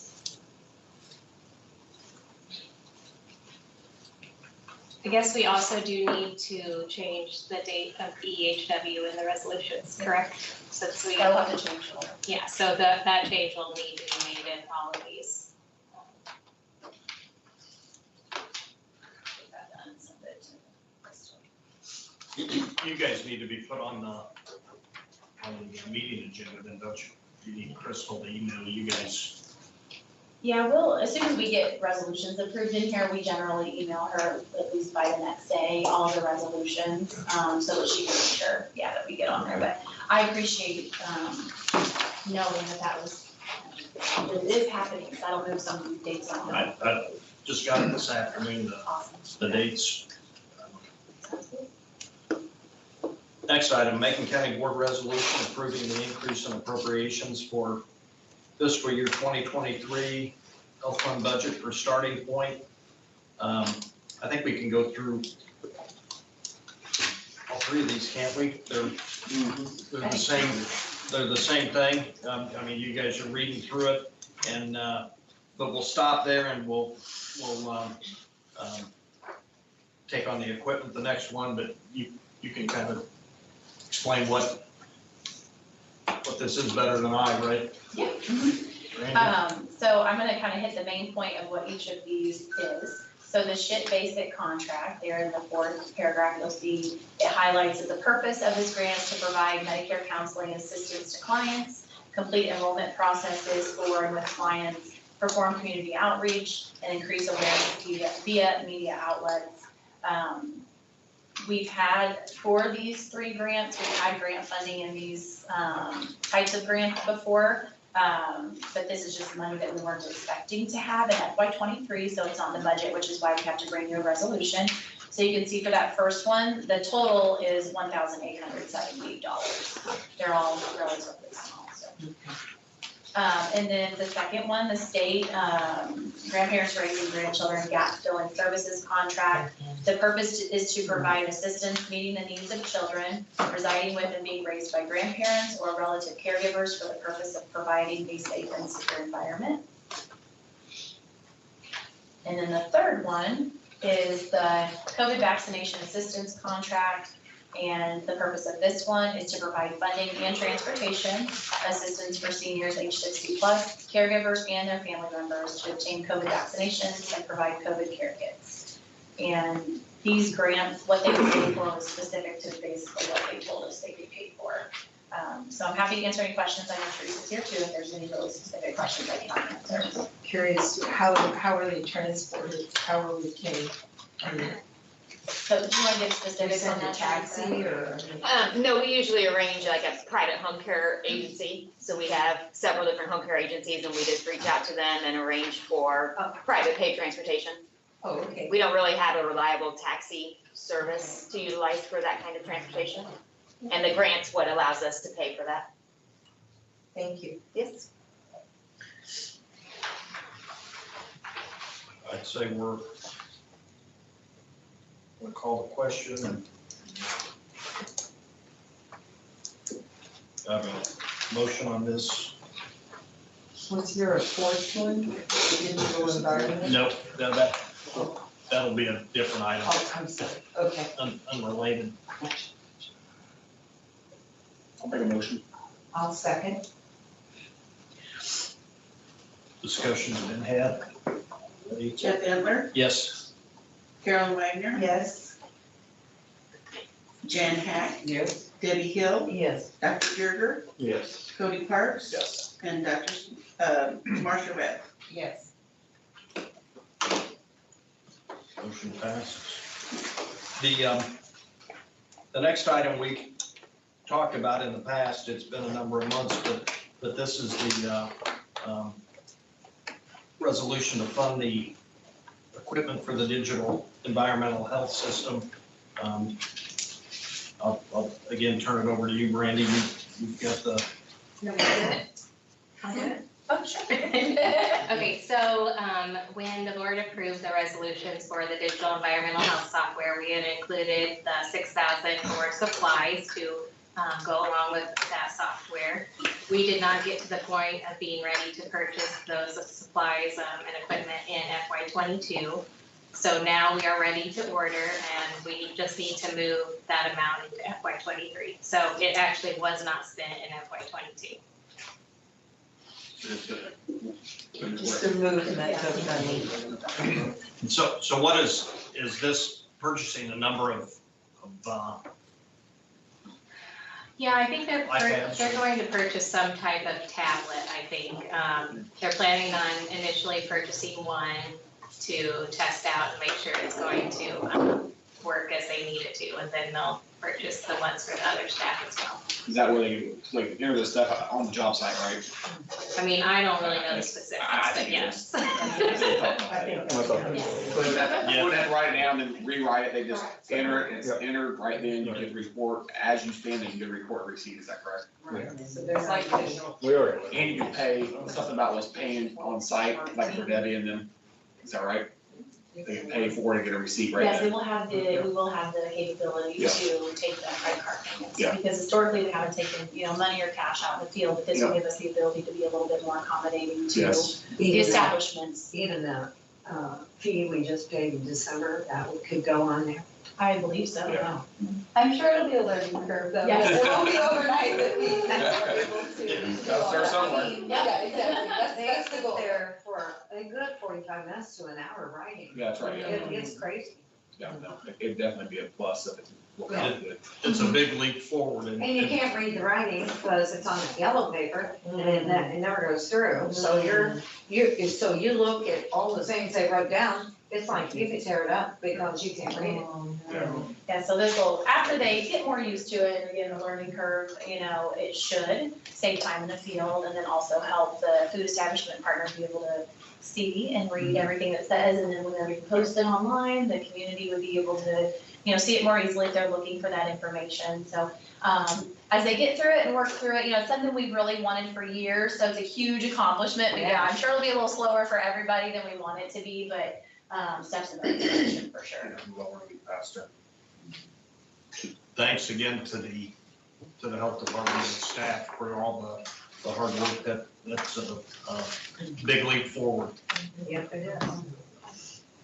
So, entertain a motion. I'll make a motion. Second that. We just want them to do it. Gotta hurry. Is it Carolyn goes. Jeff Hitler, Yes.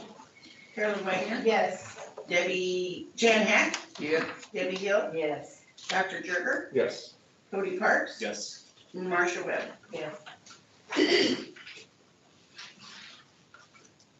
Well, the next item is with a little bit of sadness. We talk about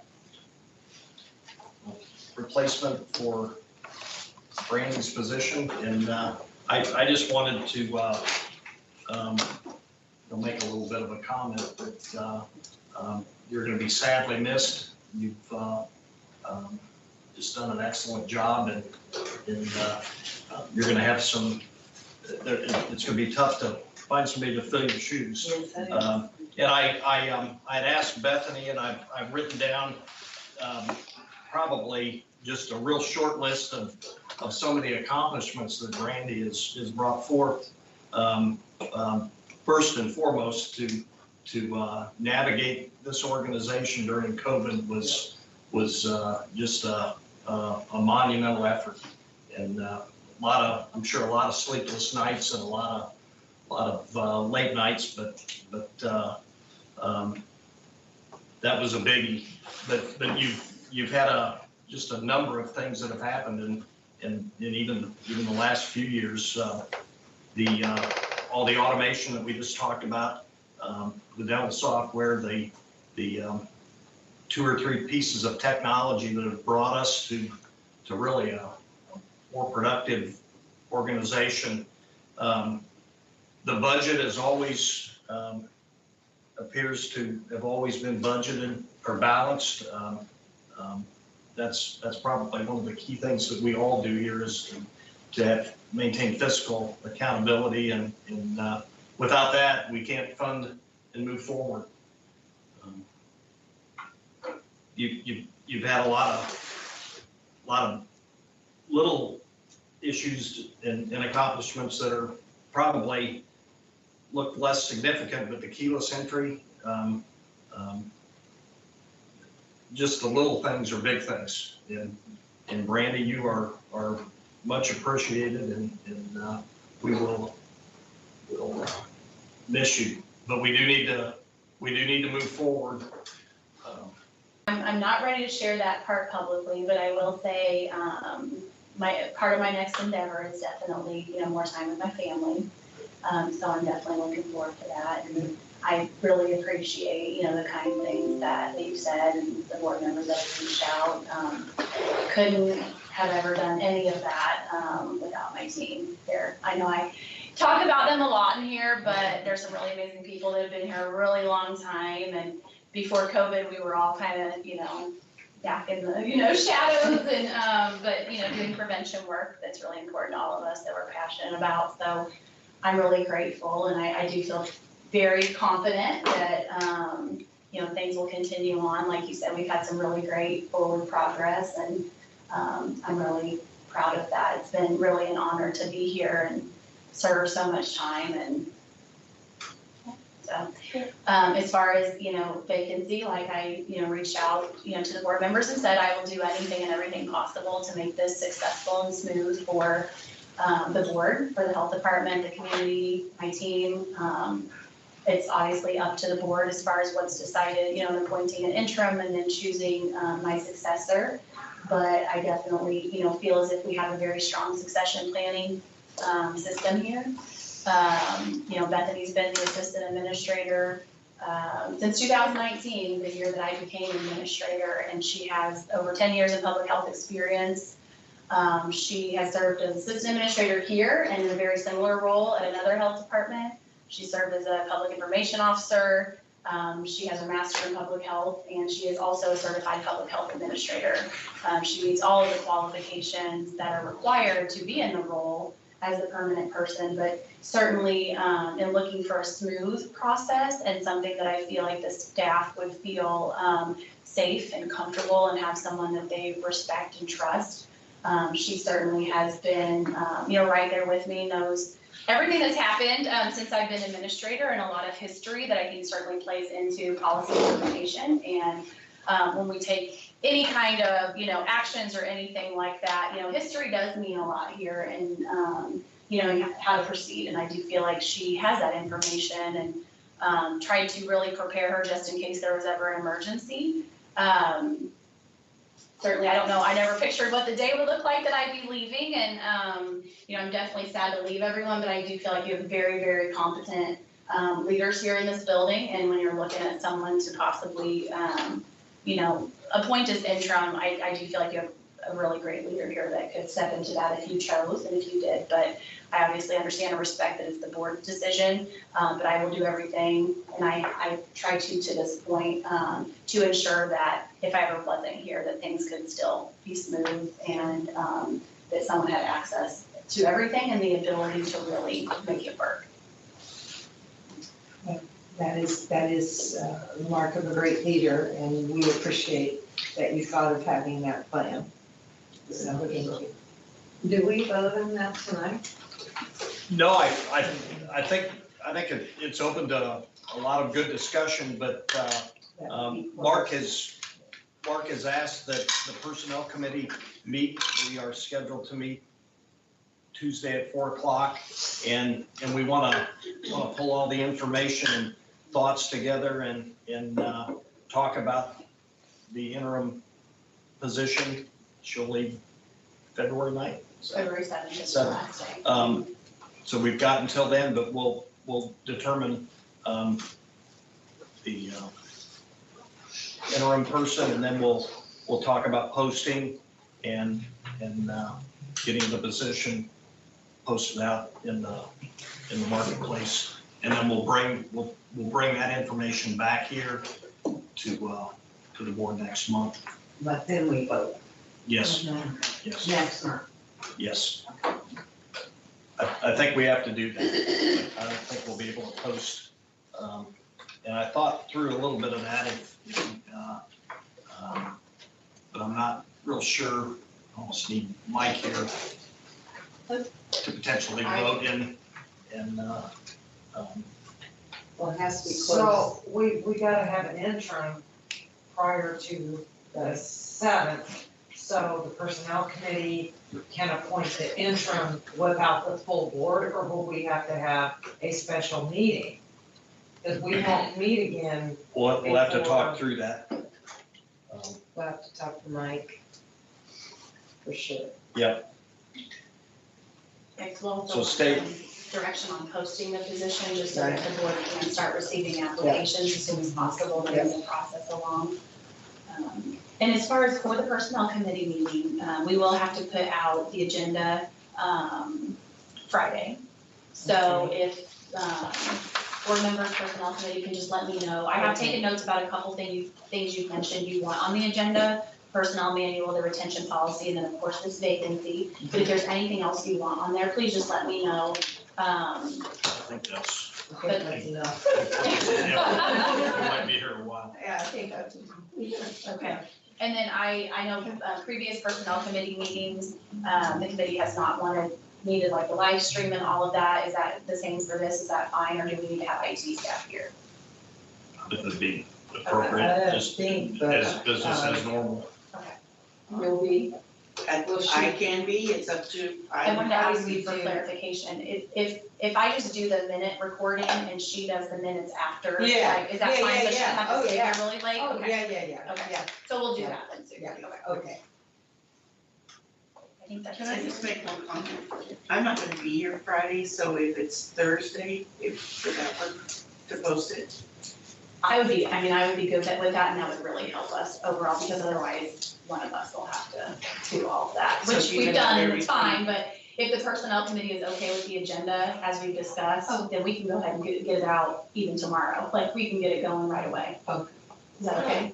Get the Agenda. agenda, yeah. Are you good with that? I think you covered everything that we could possibly want. Yeah, I think we may have to brush over a couple of those Yeah. things, because we've got a lot to. All right, perfect. And if you need anything in advance of that, of course, just let us know. Thank you. If you don't mind shooting Mike an email Okay. and ask him if the personnel committee has the authority to appoint an interim person, or does it take a full vote of the board? That would help. We need to know that information. And this might be more, something, but just, I guess, to kind of give a heads up for, any direction maybe out of the personnel committee meeting next week. We do have an all-staff meeting January 30th, so that might be a good time to communicate to staff, moving forward. So I just wanted to give everyone a heads Oh, up as right, far as that okay. thing of what That's- you would that's like us good. to Thank you. communicate to staff. Thank you. So that would be Yeah, that's really good. great if we have the answer to that before the 24th. That would be super. January 30th. Yes, Monday, the first thing that morning. Monday. Yeah, thank you for.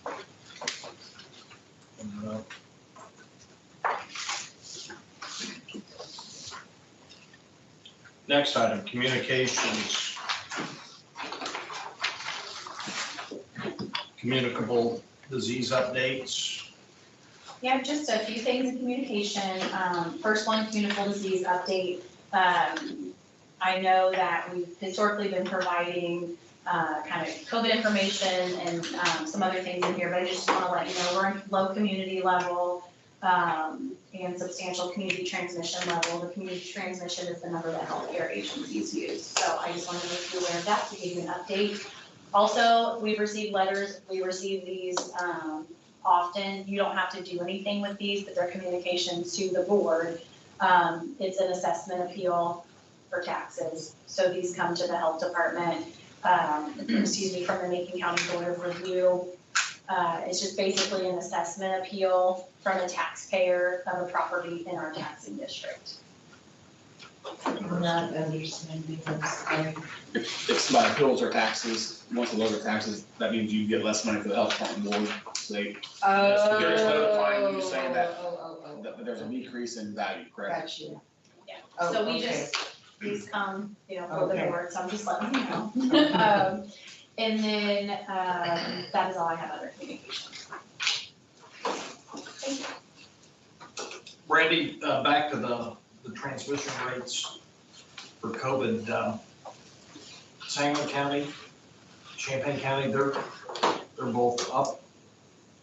I would have to look, we're all fairly similar in the We are. area, I think, yeah, there was, when I looked at like the community transmission, that looked pretty similar in surrounding areas, but when it came to the, or community level was similar, but community transmission level, the one that like healthcare agencies use, there was a little bit of, color differentiation as far as like some were high or substantial, or moderate, so,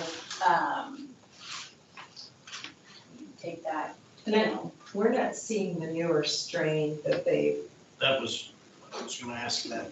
I don't have the, actual strain breakdown with me available, but I can certainly check on. I was just curious, because what I had heard was it really hasn't hit into this area, and I don't even remember what they're calling this one.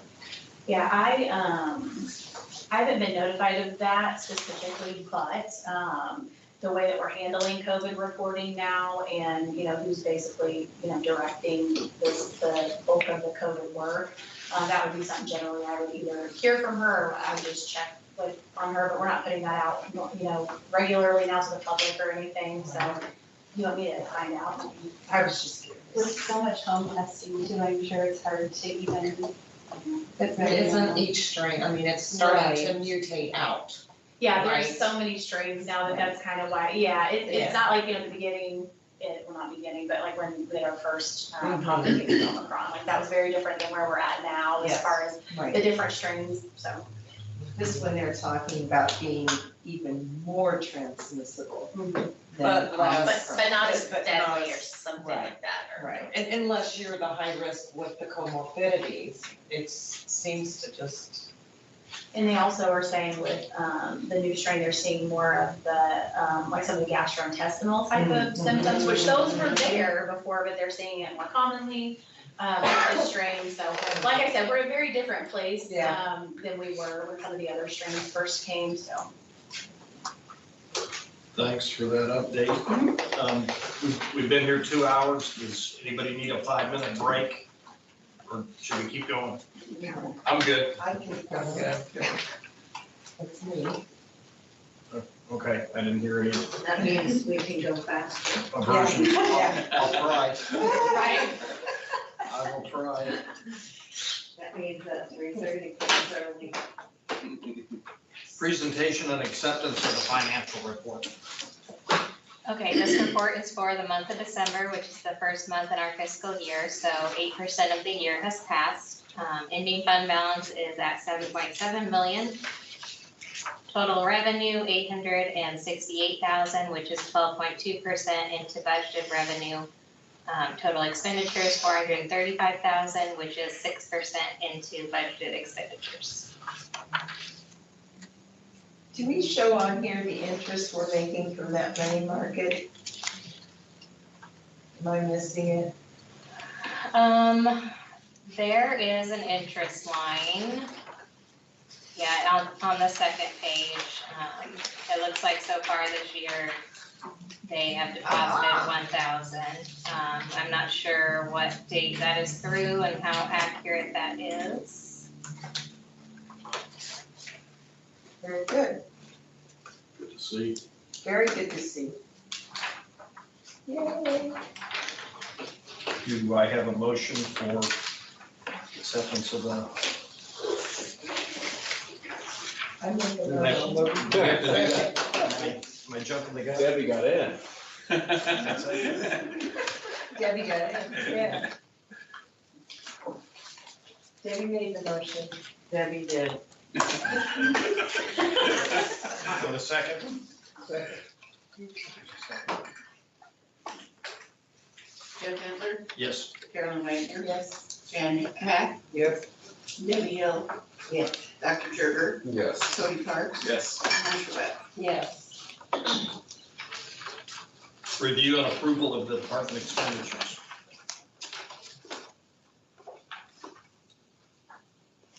Any questions or identifying items to speak of?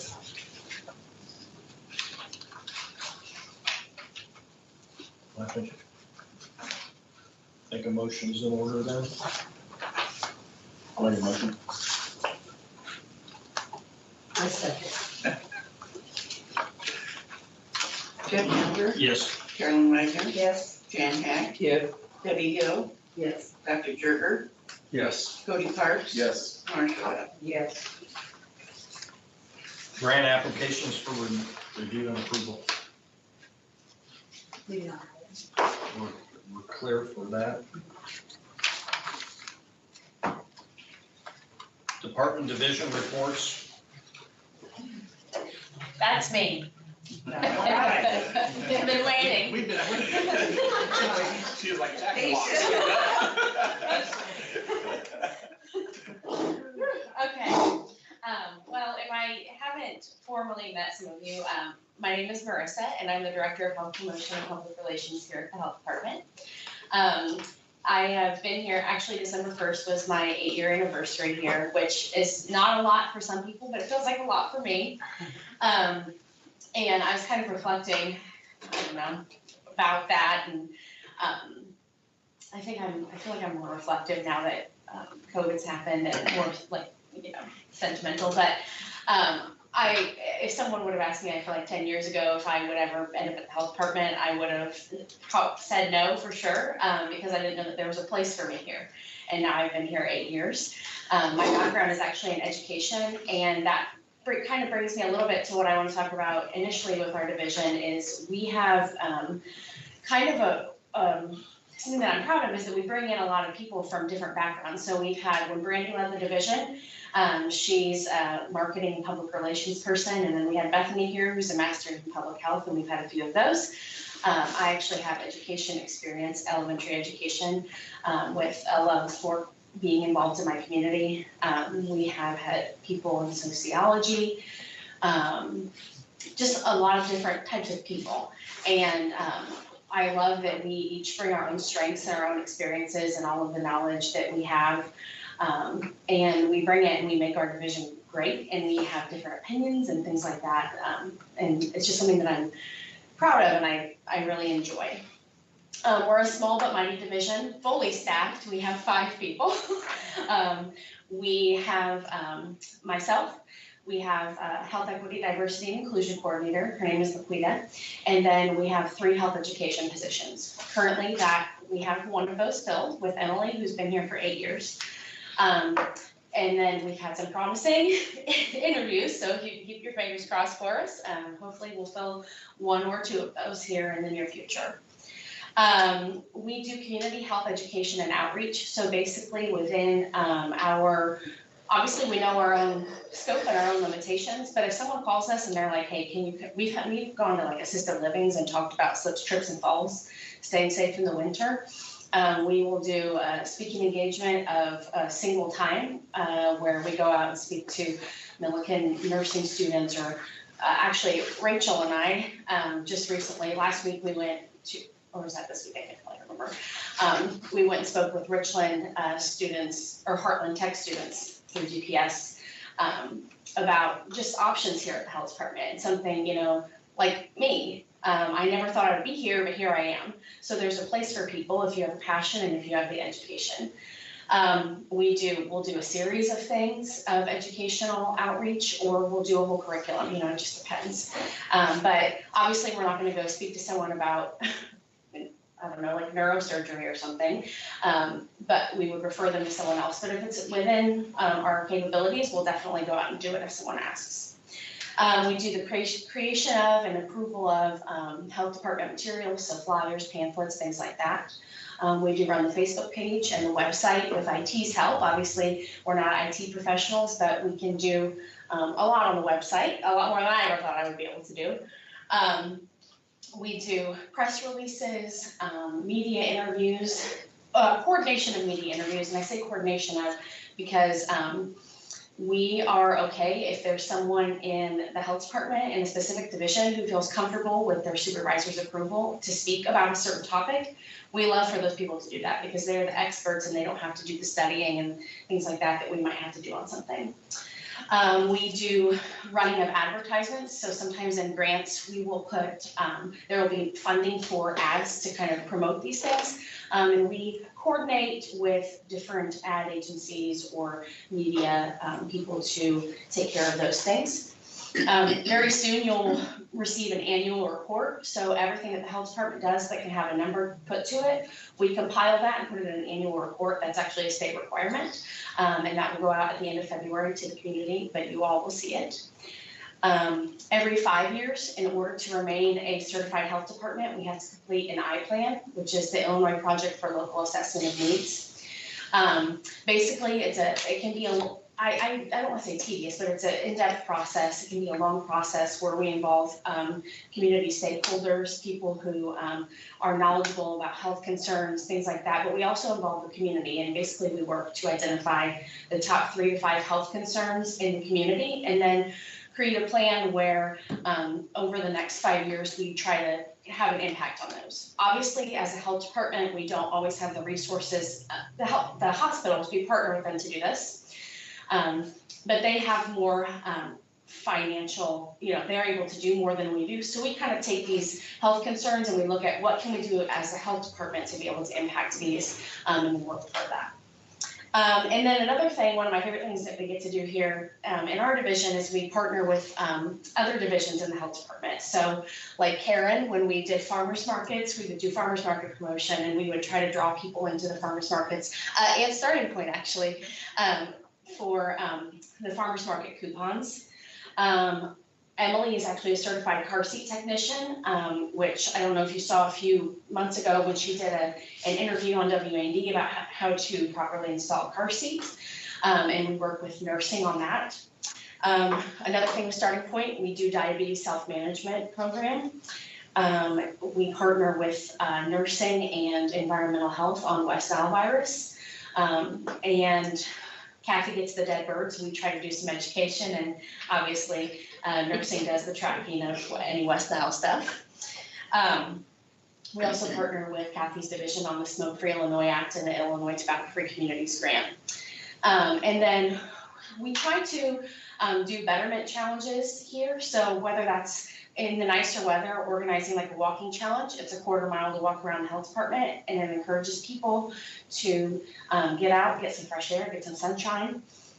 Or water drinking challenges, like New Year's resolutions when you're trying to drink more water and have healthier habits. So we'll do some things like that. And just quickly, I want to share a few goals that I've talked with my team about, some ideas that I've had in my mind, especially as we're crawling out of the COVID hole and all the darkness that consumed us with that. We want to regrow our community outreach, and we want to be out in the community more again.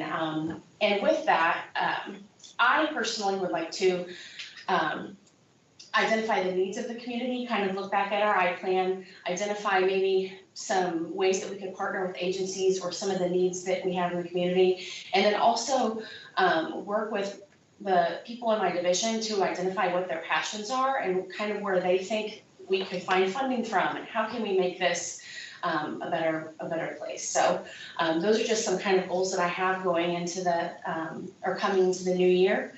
And if you ever have any questions, let me know. Thank you. Thank you. Thanks. Thank you very much. That is very informative.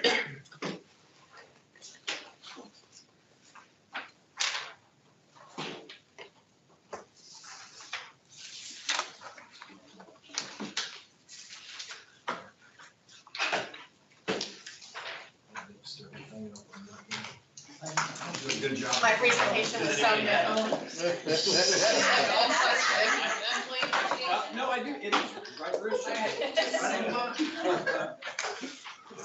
We have 2 January anniversaries. Marissa. 8 years. Yep. And Pam Day, 4 years. A round of applause and appreciation. What does Pam do? Where does she? She's my Starting Point. She's a care coordinator in Starting Point. Congrats to her. Yes.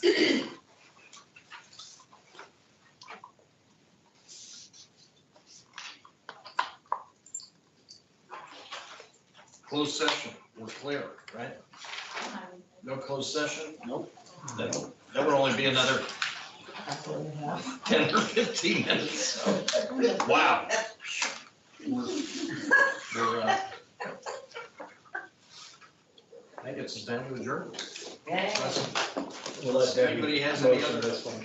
I I'll second Debbie. love it. Thanks, everybody. This was all. Thank you. Thank you. Thank you. Welcome again. Thank you. We will Hope you enjoy. miss you. Good luck to you. Thank you very But much. you gotta have, you gotta Go have spend just a time with little us. relief that you don't have any more Tuesday evenings. By next Tuesday? Uh, There doesn't be yet, right? No, that's None of that. Great, saying I Just- don't know. And